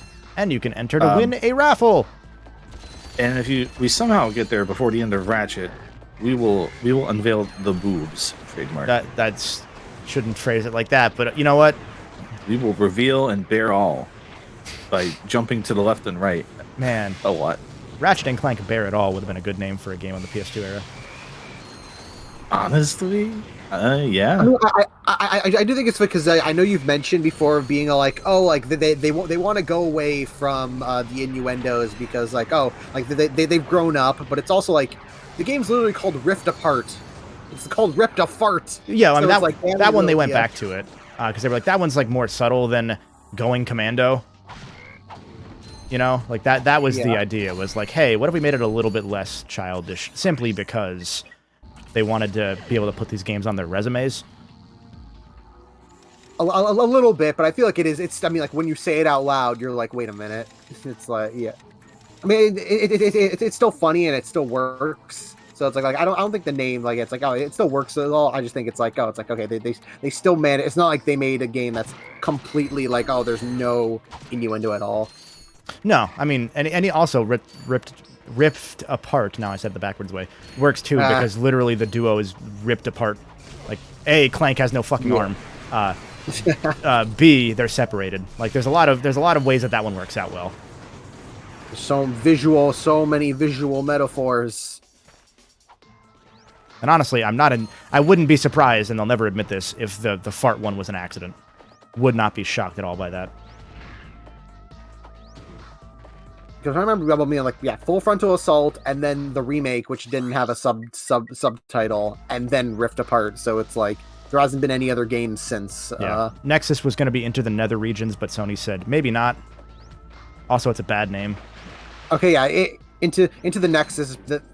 That's probably the one that doesn't have like because I can't think of what that innuendo would be. Yeah, Tools of Destruction wasn't meant to be innuendo. That was just this game was hell to make, so we're calling it that. I think I've seen like people refer to like their nether regions as tools, so it's like I can see that. Like I've heard. From what I've heard, that one was a happy accident, and people just kind of like wrote that to be that way in their heads. But in reality, it was literally just it took us an extra year to like develop tools to make this game, and we still crunched. What was worse for Clank, losing his arms or his legs breaking? Well, in Rift Apart, it seems like his legs also don't work. Because, like, he's a backpack that entire game. He's just a backpack that entire game. Oh, yeah, except in the... Well, I was about to say in the other things, but he's basically in, like, a mind sphere, so technically it's, like... Yeah, like, a visual... Like, he has legs that work there. Yeah. But in-game, like, his legs are, like, stuck inside his little... They don't extend. Foreplay was the one that Sony actually said no to. That's the only one that, as far as I know, Sony was like, we can't do that. I'm sorry. I am gonna, in fact, beat Drek now, only because we have 20 minutes. So I'm just gonna beat him and then teleport back and then look at other things. That way we can just say it's done, so no one tries to debate. Yeah, I beat the time. Yeah, so you actually do beat the time because the writing's on the wall here. We're good. Especially when I have this move. Once I get to him. Managed to do it, huh? Not bad. Not bad. They also denied multiple organisms and clock blockers. They didn't deny multiple organisms. Those were just maybe we don't want to do those internally. It's really not a good name. Yeah. But Foreplay was as far as I know, the only one where Sony was like, we fucking can't. We cannot do that. The other ones were all internally. They were like, maybe we shouldn't do that. Clock blockers is a good one though, but their loss was our gain. Sometimes you make a name. Kill him with the flamethrower. Oh, the Outer Rim. That's a good one. That'd be good for I think they wouldn't No Man's Sky. do that because Outer Rim is another game, so that's the only reason why they wouldn't do that one. Ratchet and Clank. Fuck. Oh yeah, I love that. I love that Scott joke, the Scott the Woz joke. Yeah, I love Ratchet and Clank. Your dick is small. I never perceived that man as knowing what Ratchet and Clank is. He seems too young. God. I mean, his what do you call it? His PSP games on PS2 video. He talks about it's like most of them, half of the jokes in that video are just being like, Secret Agent Clank can't be on PS2. The countdown to Power Slam. Also, Scott's my age, so You heard me. Yeah.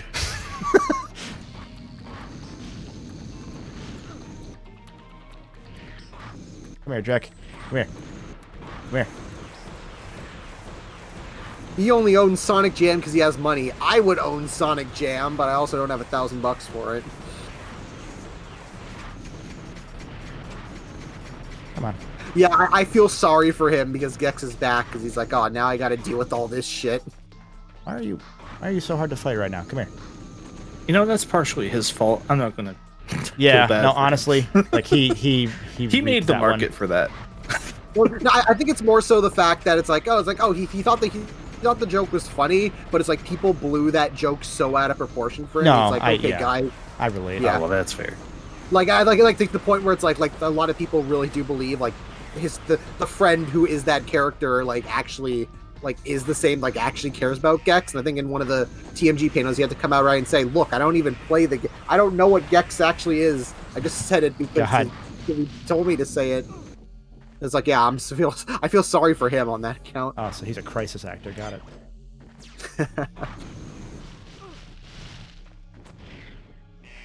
I like how all the ammo is for the Visibomb right now. What the fuck? Oh, transcripts. Here we go. Real quick in chat, does anyone know what episode of Dragon Ball Z Abridged where Goku first went Super Saiyan in front of Frieza? Because we have a $10 donation from the Legend of Super Broly, who says, since I'm watching Super Broly right now, let's have my Chris Knows fan, voices whoever he wants, say what Goku said to Frieza when he turned Super Saiyan for the first time in DBZ Abridged. And I'm like, episode 30. God, everyone knew this. Am I the weird one? Oh, that's the one episode that doesn't have a transcript on this Wikipedia thing. Wait. Poopy. Oh, it's 3 parts? Hold on. We might be good. I'm drawing striking track. Super. Oh, you're so close. You're so close. How dare you? Kill Kevin Michael Richardson. Please, he's a nice man. Kill fake Paul Giamatti. Oh, Episode shit. 30. Oh, why did I do a front flip? Or a air flip? Are you going to do the thing where you accidentally jump on the rail and then fall off? I hope not. I don't really want to do that. I only have 1 health. Oh, God. That'd be funny. Where's my blaster? So I started blasting.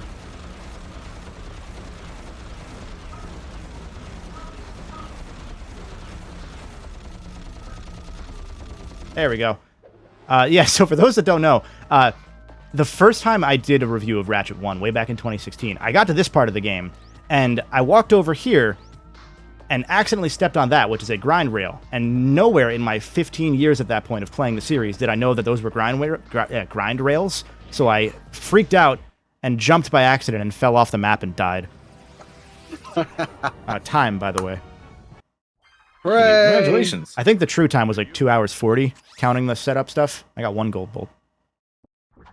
We've done it. All right, I'm going to go, while we wait for Ted to be ready, I'm going to go fuck around for a bit. So Mario Kart will start imminently, but this is the bonus time now for Ratchet. So you still have chance to get to boob %. We're $150 away. So, you know. I didn't even do Drex Fleet. Hell yeah. I can't do that one. Can I go? Ooh, I have an idea. Hold on. I can go see what the other thing I would have gotten here was. And now Ratchet and Clank go buy a giant TV that won't come back in the next game. Yeah, that was always funny. I always liked that little quirk. It's like Metroid, but Ratchet and Clank. God. Thanks everyone who tuned in, by the way. Hopefully you had fun with this little run here. If you didn't, I don't care. If you did, I do care. Jesus. That's so mean. I will ask for The Devastator. Wow. if the Legend of Super Broly can provide the transcript, because when Goku first goes Super Saiyan in front of Frieza, according to this wiki, he just screams "Ra," which like, hey, I'll do that. Oh wait, Once- I have a button for that. Hold on. Yeah. Yeah, that's the one. The Black Eyed Peas. So I'm just like, I've done this, done that. and the Kit Kat thing isn't on here. I saw some people mention that, and that's funny, but I can't find it. So, yeah. I'm sad I missed so much. Got back from Oppenheimer. The good news is the VODs will be the VODs will be up. Don't you worry. They'll be up shortly after the event ends. Some of them might be up in the week between this week and next week's part of the event, for all I know. Maybe not. We shall see. Yeah, we will see how much time we have to edit stuff together. I love the idea of coming back from Oppenheimer and being not sad because of any of that. Just be sad because you missed some of this. I had to watch this stupid movie, and all I got was a charity stream. Oh, we should have a exclamation point YouTube command for the channel. That's a good point. Especially since Let me do Twitch that might real be quick. dead by next year. Yeah. Thank you, Worker 1316. Good call.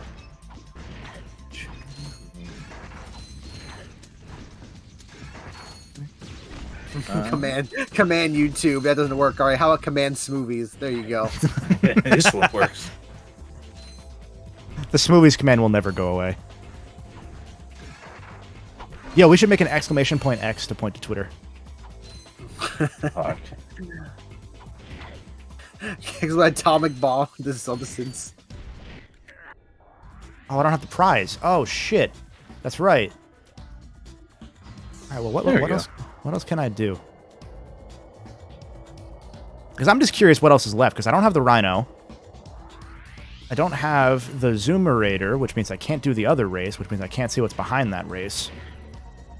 I don't have the boob jump yet. I did that. I didn't do Drex Fleet at all. I guess I could do that to get Gaspar. That's the only level we didn't get. We didn't do Gaspar. Which might have... We don't have the pilot's helmet, I don't think, so we haven't done that. I think that's everything.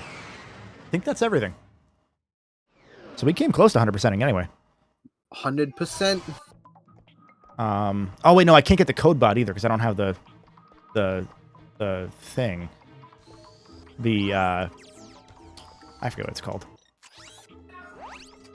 The Hydro Pack. Ted does say he is good to go. Oh, okay. so- Then we don't have to do this. Cool. All right. I'm gonna All right, I'm three gonna let more Ratchet things. die. Real quick, we have a $1 donation from Murphy and Mitzi. Thank you, Murphy and Mitzi. We have a $5 donation from Asparagus Eduardo, who says Ratchet and Clank callback torture, which C, B, and T are capitalized. I'll let your imagination run wild on that one. And to get Super Broly's request in, the best I can figure is Joe Swanson, perhaps, will say, "I'm gonna break you like a Kit Kat bar." Get some! Get some! Thank you. Okay. All right, cool. Then we're gonna call Ratchet and Clank here. Thank you to everyone who tuned in. Do we have any other donations that came in? Unless someone literally is doing it right now. No, we don't. We're Okay, cool. All right. Thank you, everyone who tuned in. We will see you very imminently for Mario Kart 8 Chaos stuff again. Thanks to Jack for the donation preemptively. Bye.